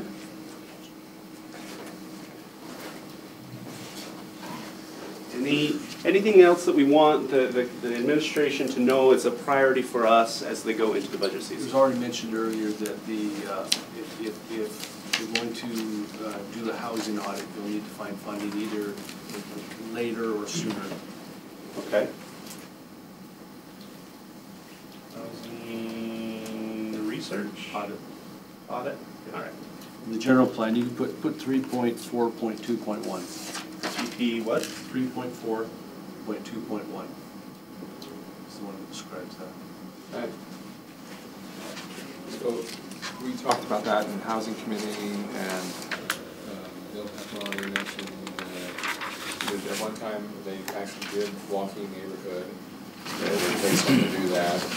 And then there's also the possibility of using BYU classes or students to do that. But it takes planning, coordination, and some of that money. Yeah. Good point. And again, we're not saying, hey, we want $20,000 for this. It's just letting them know that this is something that we're thinking about and would like to see considered. Yes, Mr. Stewart. It just occurred to me when we were talking about zero energy use. Mm-hmm. We should never sacrifice officer safety for that. I think we have to be really careful. We have a limited budget. I think we have to really be careful. I mean, that's an interesting goal. I'm not sure it's achievable. I'm not sure how important it is compared to some of the other things we have there, but we just have to be careful. I just would like the administration to know, at least my viewpoint is, public safety, building officer safety, and public safety is going to be the most important thing. I agree. Not zero energy use. And I think that's ensure best outcome of facilities. Right. And I think that that's where that's going to come in. Okay. Okay. Thank you for that timing reminder. I think in our budget request, one of the highest things is for police, but I don't see any goals on it. Do we need to have some kind of goal that says, we'll spend this money on police because we're trying to accomplish something over here? We haven't got anything, Yeah. so. Excellent question. My personal thoughts on that, if you don't mind me sharing my personal thoughts on that, is that, and that's kind of one of the reasons why I split this apart. I see these are things that we feel like we as the legislative body can move forward. If you look at our overall budget, half of our budget, at least half of our general fund budget goes to safety. But it hasn't been one of our priorities, as we call them in the past, or perhaps goals for this year, just because we feel like the legislative body doesn't need to really get involved because it's being handled very well through our police chief, through the administration. And so I think, as I've been personally thinking about this, I was wondering exactly what you said, you know, should there be some sort of goal that we're trying to achieve here? And I think just perhaps budgeting and giving them those resources might be all that we need to do. I don't think we need to form a committee to look at how to spend that or whatever. Anyway, those are my thoughts on that. My understanding from different conversations I've had is that you're signaling to the administration that you support financial measures that will help increase public safety and what the police need to do their jobs. Mr. Stewart? The reason I support staffing for police officers is workload for the police officers and response time. Those are the two things that we're lacking, that we need more staffing. I think that's what we hope to accomplish. And the workload compared to other cities is much heavier and response time is not as good. And and the chief and I actually talked about his presentation. It's the first week of March that he's on your calendar, and he's prepped. He's already working on it, and he's going to come prepared. So I think by the time he's done with his presentation and you've asked all your questions, you'll feel good about where you want the budget to go with the police department. Thank you. Mr. Connect. So just building on what you were saying, George, it also affects morale and retention. Absolutely. And recruiting. Yep. Okay. So just a reminder, so the goals, as I understood the purpose of this exercise was to try and identify policy goals that the council can try and achieve this year. And so I think as you move into the committee structure, the question is, which of these have broad support to focus on? Because you may find if you get too spread too thin, you may not be able to accomplish all of these. So which ones are the most important in there without necessarily going through and trying to rank 1 through 15 or whatever it is, but get a sense of what's the biggest priorities for the people and think about that in terms of the committee structure, whether ad hoc or formal. Yeah. So one way to approach that would be, as we've done in past years, we could send this list to everyone, people could rank it, and then we could come back in a future one and kind of say, okay, these are our top 9, these are our top 5, whatever. An approach that I'd like to consider is, you know, if there's something here that does not, you know, that a majority of the council members look at and say, you know what, I don't even want the public seeing that as one of our goals, we could take it off now.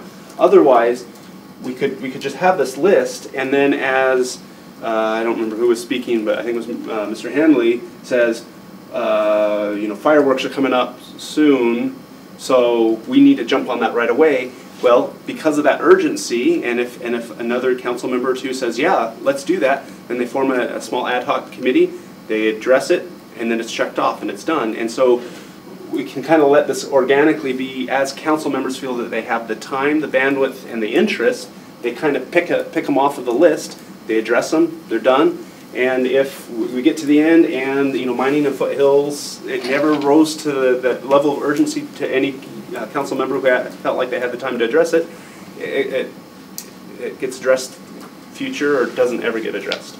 Mr. Knight. So the accessory dwelling units have largely been discussed, not completely though. I mean, we do have an A&S overlay ordinance that's coming out, but then there's the larger question raised the other day of, gee, do you just want to do it everywhere in the city? And of course my response was, no, you probably want to ask each neighborhood.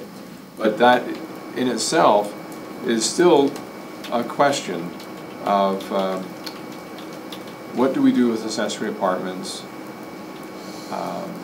Do we allow them in any more places than they currently are allowed? We're going to allow the carriage house if you have the right circumstance. So we are expanding it, but only where it's already allowed.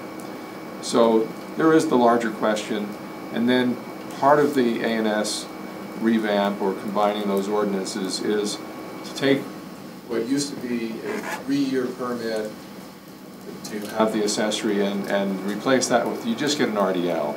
Everyone gets an RDL.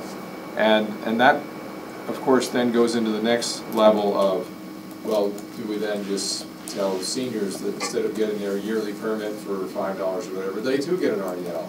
So there are some nuances here, but we're halfway down the road or more on the discussion, and we just need to finish it.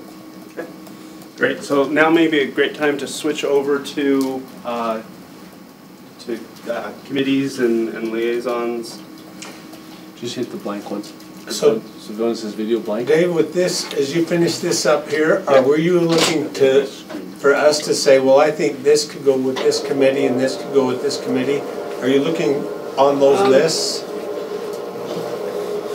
That's a good question. Because it's two-part. Are you interested in it, and how are we going to accomplish it? Right, right. Let's take a look. Let's take a look at this first, and then. Okay. Awesome. So there were two files there. One, I heard from several, and I saw it myself, that the file that was sent out to us of the current committee assignments, there seemed to be some mistakes on that. And so... Probably what happened was you got sent out an earlier draft that hadn't captured some later changes. Yeah, yeah, things like that. Okay, so perfect. So that's a really odd space there, but... It's just on this document. Okay, that's fine. So we have all of these. If you'll just kind of scroll through it, these were correct. Keep going. So some of these, I think you were on the Policy Governance Committee and the Council Rules Committee, Mr. Connect, this past year. Yeah. So added that. We changed that to the Committee of a Whole. I was serving on the Housing Committee. And we also have the mission statements, which are very helpful there. Just to make it easier to kind of see what's going on, it doesn't have the details, but if you'll go to the other, yes, that one here, that looks like it actually has everything all on one screen. So if your eyes can see the words, it's all on the screen. So these two were taken care of 2 weeks ago. Make the percentage up there a little bit bigger for that. So 2 weeks ago we addressed lines 3 and 4, council and RDA leadership.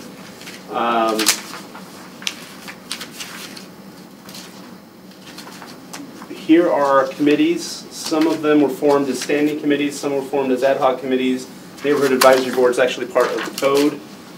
And then starting, it looks like line 12 down, we're looking at, it's either assignments to boards or like people that are on boards or liaisons to boards and committees.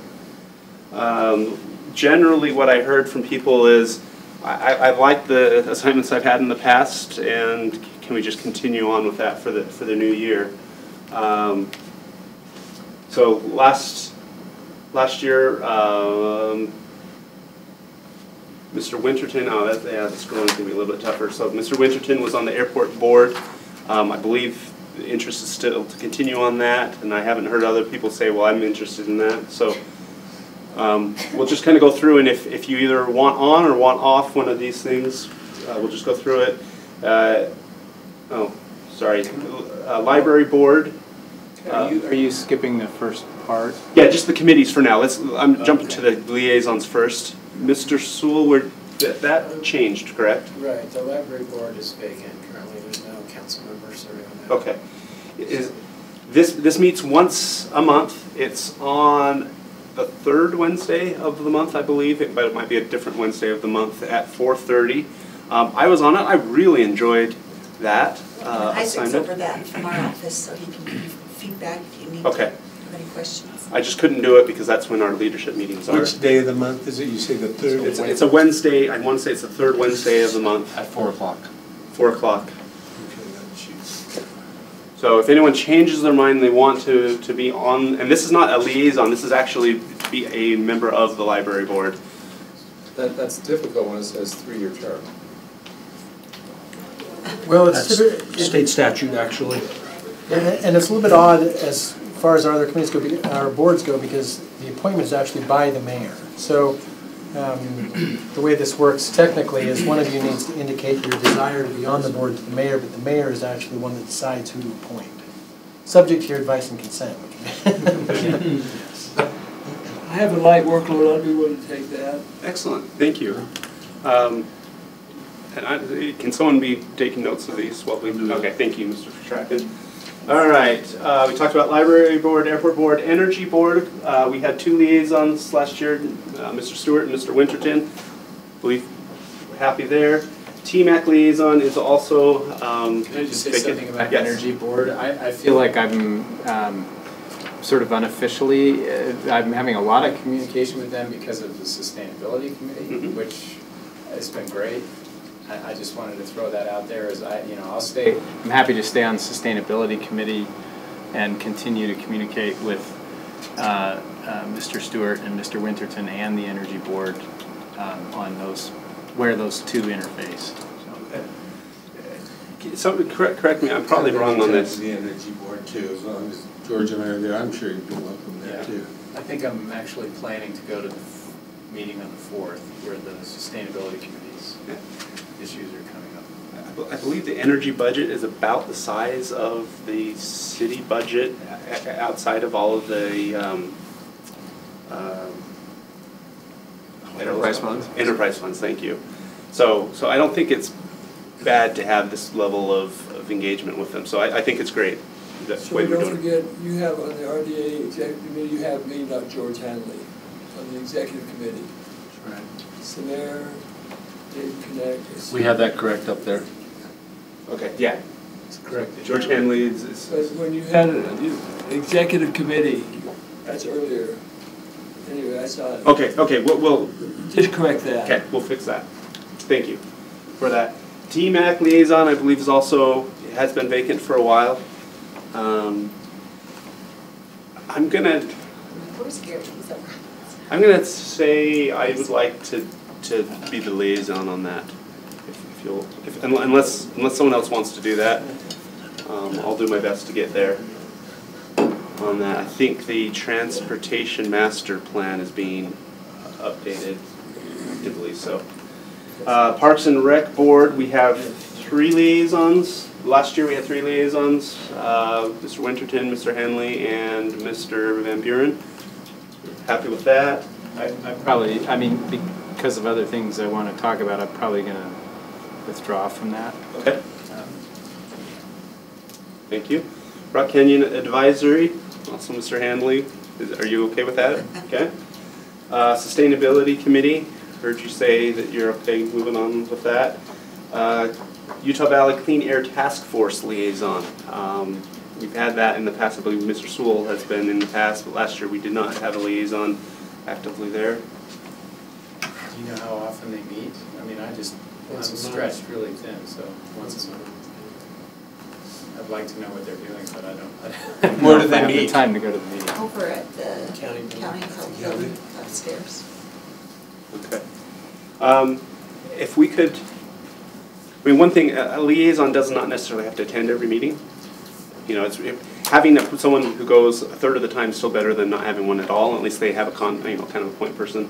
But hopefully we can at least have everyone know when the meetings are. That way people could show up if they have the ability.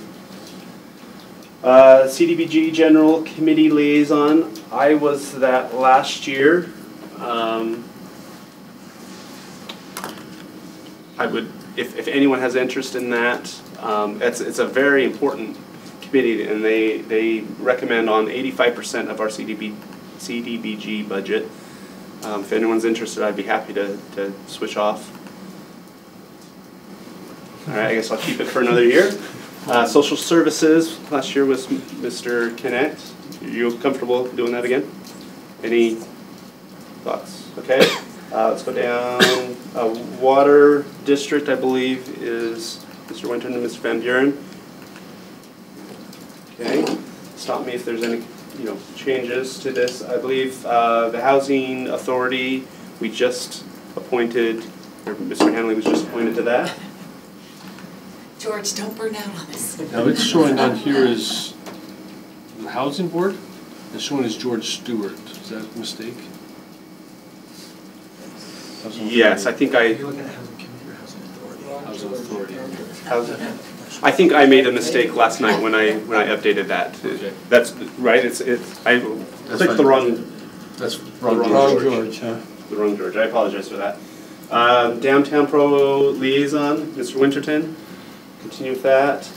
The Legislative Policy Committee, I'm on that. Happy to continue with that. And then finally, Arts Council, Mr. Sewell. Okay. One more. Yes. It's not technically on there, but I've been going to the Agricultural Committee. Oh, nice. Excellent. How often do they meet? Monthly. Mr. Straskin, can we add that? Perfect, okay. So They put me on the clean air. I'm interested. When do they meet on that? We'll find out. Okay, if you find out, let me know. See if I'm available for that. Okay, excellent. All right. So, if we go back up, I guess let's address now, and also keeping in mind the goals that we had listed there. Policy Governance Committee. Correct me if I'm wrong. I think Bryce is not here. I think we were hoping to finish up 2018, but there's a little. Yeah, I would say. So I think that's an issue that depends what you want to do. I mean, right now it's working on parking, right? It was the process that we accept parking permit applications. It is, but it really could be any policy that you're looking at, whether it's a process or whatever. But that's typically what it's been doing is that. The one committee that's you do have rules up there as well. Rules probably gets less work now that we've done our handbook update last year. Yeah. So right now the Policy Governance Committee is working on that parking permit process of accepting those parking permit, and we still need another meeting, right? We didn't quite tie it up. But what I'd like to float the idea, kind of the shift away.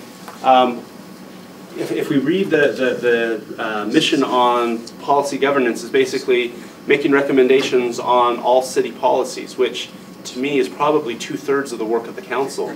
Yeah. So in that regard, and I don't know if Mr. Sewell would want to do this with me, but as far as the mining, and I don't know if that qualifies as policy governance, maybe not. It could, and that's what I'm saying. So I would rather just say that we will work with council staff and eventually bring a proposal to the council, and then we'll just assign ourselves that job in the next, however many months it takes. But which is another way of doing it, right? Is create some minor ad hoc committees of 2 or 3 people on any one of those issues that you want to work with, and then bring it. And so that's that's a great example. So let's use that example. So, for example, we could say that okay, gravel and foothill protection, that's a policy, so it could be assigned to this committee.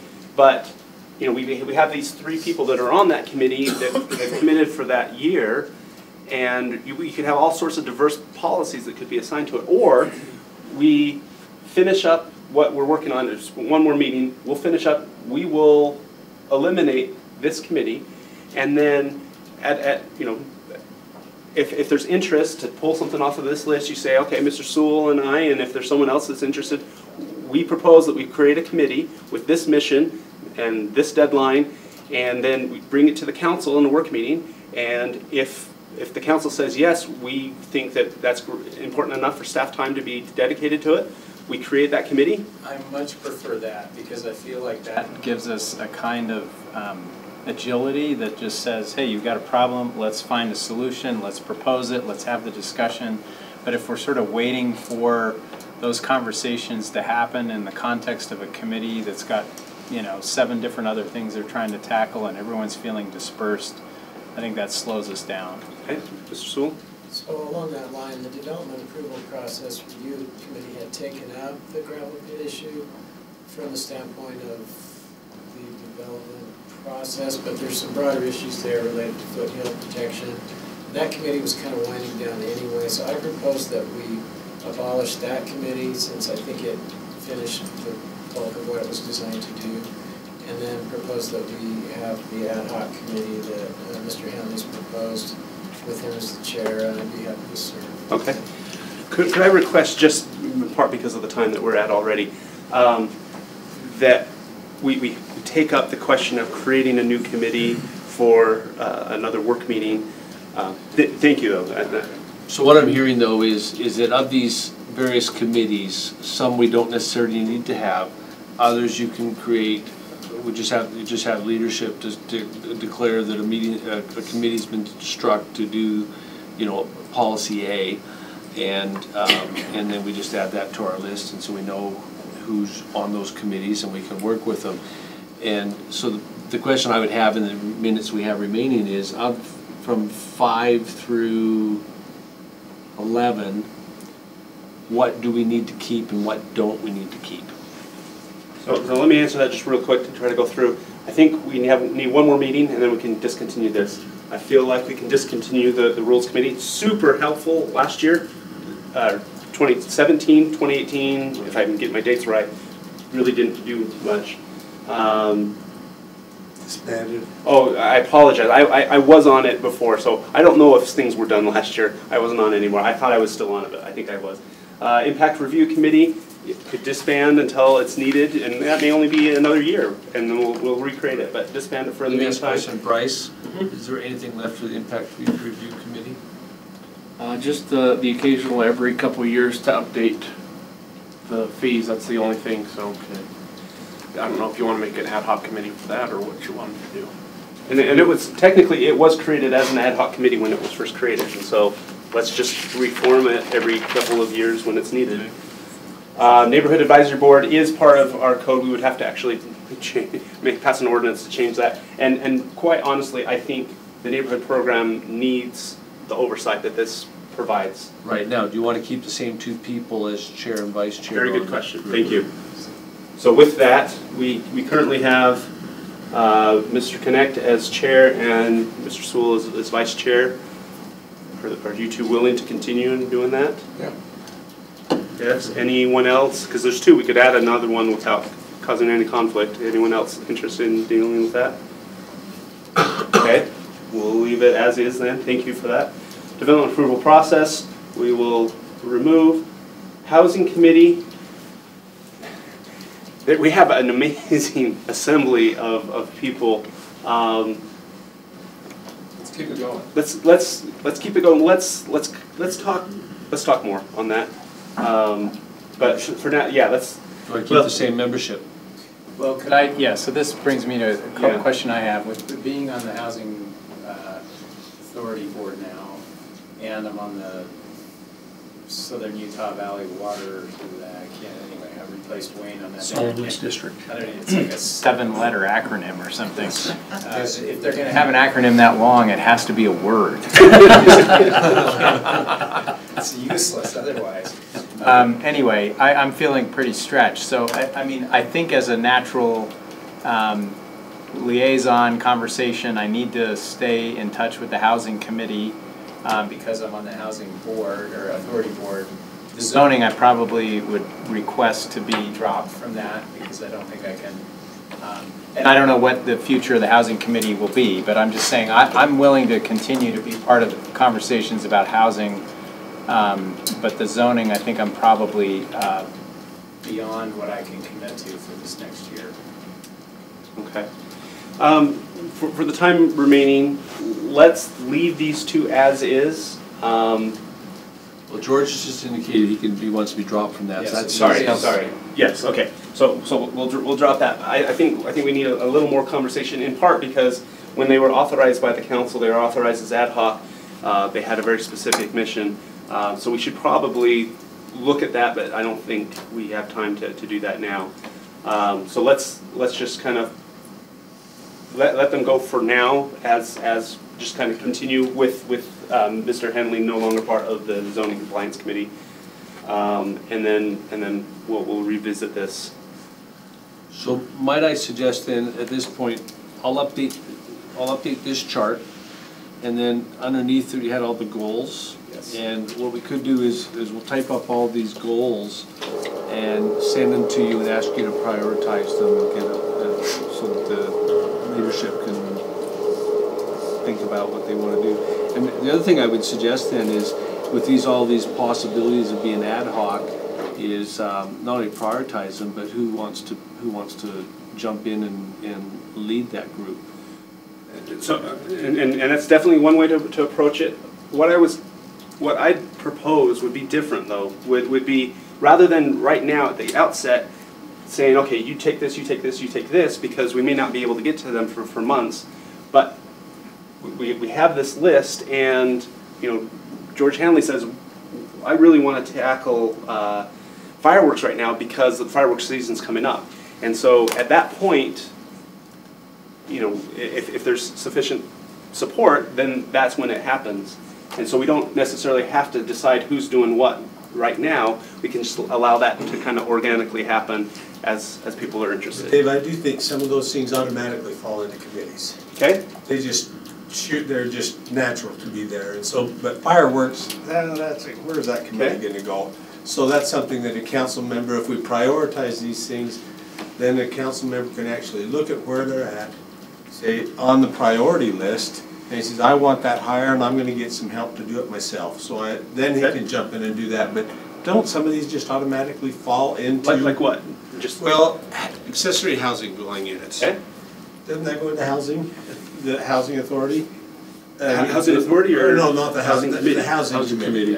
And so it automatically falls into. Same with short-term rentals. If we and this is I think a discussion for next time. But if you look at the mission statement when the ad hoc housing committee was created, and was, it didn't include that. It didn't. No. And so we can redo the mission statement. We can. But I think that needs to be a conscientious decision by the council, not just something that evolves. And that's the conversation that I like to have later. But yes, zoning compliance, I think, is a good example of something that we have a zoning compliance committee, and that's why, and we've kind of left it in place. And so I would hope that the zoning compliance committee can come back and say, this is what we're planning on doing. But I don't think it hurts to prioritize. I would resist though assigning people at this point.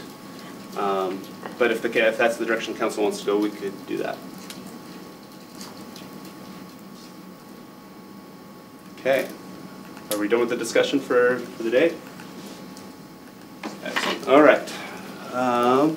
We will now move to the last item, which is item 10, discussion on the use of surplus property list, presented by our council, Mr. Brian Jones. Be hopefully really brief, but I'll come up to the podium.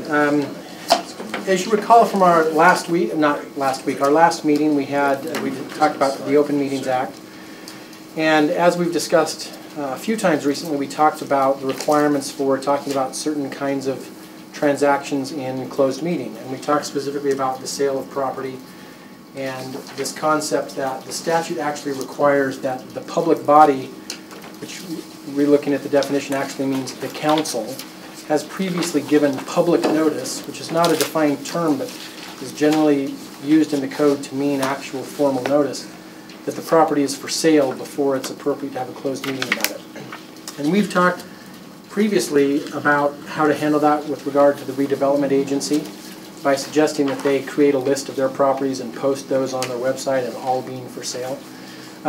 after our Open Meetings Act training last meeting, Tara and I had a conversation, and I made a suggestion to Tara that I think the best way to comply with that same provision with regard to the city is to do something similar by perhaps creating a master surplus property list resolution that lists all property that could conceivably be for sale, with a caveat. Now again, remember that our surplus property ordinance rules state that if you put something on the surplus property, it can be disposed of by the mayor according to certain rules or as proposed by the resolution. So my suggestion was that this master resolution have a provision in it that says everything on that list is subject to approval by the council. That way you haven't lost any authority or power over that by putting it on the list rather than waiting to put it on the list. But you've created more flexibility for yourself by allowing you to consider offers as they may come about in a closed meeting. And in discussing that with Tara, I told her that I would go to leadership and ask for this to be put on to work session immediately, so that if the administration wants to pursue that avenue, they could do so as early as the next meeting in order to move things along. And so the purpose of this discussion was simply to present that idea to you and get any feedback or answer any questions about a potential resolution coming forward very soon to create that master list. And so I'm happy to answer any questions, and then Tara's here. Okay. Do you see any potential downsides? I don't. Especially as long as we, you know, if you didn't include a provision that says subject to council approval, then you could theoretically lose some degree of control, because you'd be putting all of those subject to disposition by the mayor according to what's currently in the ordinance.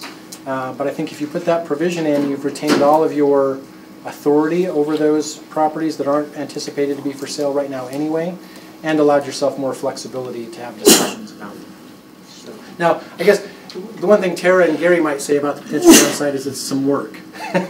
Right? It takes some work to create the resolution and the list of properties. Tara or Gary, did you have anything you wanted to add? Well, I think with the list, I think that's a pretty good idea, and we could talk about, and I have approached this with you, do we do an affirmative list or negative, in that we might say, these are the properties or not, everything else that the city has, if the price were right, or, you know, okay. Someone made an offer, we could consider it, and that might be an easier way to go right about it, rather than, sometimes people will contact the city and want to buy a piece of property, and it's not on the surplus property list, and then if you go out and now say, oh, we want to put this specific piece of property on the surplus property list, that's kind of tipping a hand that there may be some things there, and it kind of almost defeats the purpose of being able to have a closed meeting to talk about a piece of property, if it even makes sense, if the city would even want to approach it, because a lot of work can go into working on a piece of property, and just to get to a closed meeting.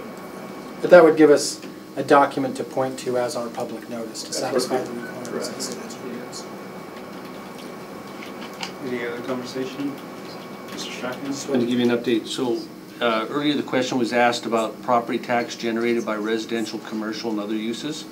65% of our property tax base is residential. 32%, I'm rounding, I'll send this to you. Commercial's about just shy of 32%, and agriculture's about 3%. So I'm going to have to wrap my head around this a lot more.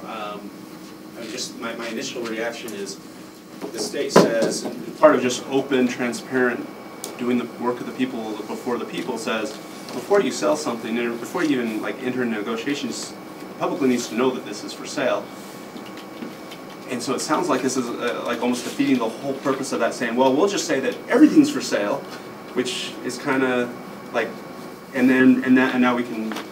Anyway, so I'm gonna have to get a lot more comfortable. I think that's a good comment. I don't think that that's. I wouldn't characterize what the statute requires or the intent of the statute quite the same way. I think it's more along the lines of, we don't want you going out and negotiating backroom deals about property that other people who might have been interested in it could even possibly have imagined might be for sale. So something like Gary McGinn is proposing, or something like a general list of properties, puts everybody on an even playing field, that everybody who might be interested in buying it has a document that they can look at to say, okay, I know that I could go make an offer on this, and I'm not getting shut out of the process because I had no idea that that was even a possibility. Okay, so I guess for me, it's going to depend on how comprehensive that list is. I mean, if it's literally every property that Provo City owns, I think I would struggle with that a lot more than here are 10 properties that we're not actively trying to sell, but we're willing to, you know, and where the cutoff is in between that, you know, every, you know, there's... Understood. Okay, thank you. Comments? Okay. Thank you, Mr. Jones. And before you get too comfortable in that chair, I believe a closed session has been requested, so if you could give us... Oh. My understanding is that there's not. There were a couple of items that were potentials, but there is not one requested at this time. Excellent. That doesn't mean we can't eat, right? No food. Food is in the other room. All right, well... If it does, we should call for breakfast. Unless there is an objection, I declare the meeting adjourned by unanimous consent.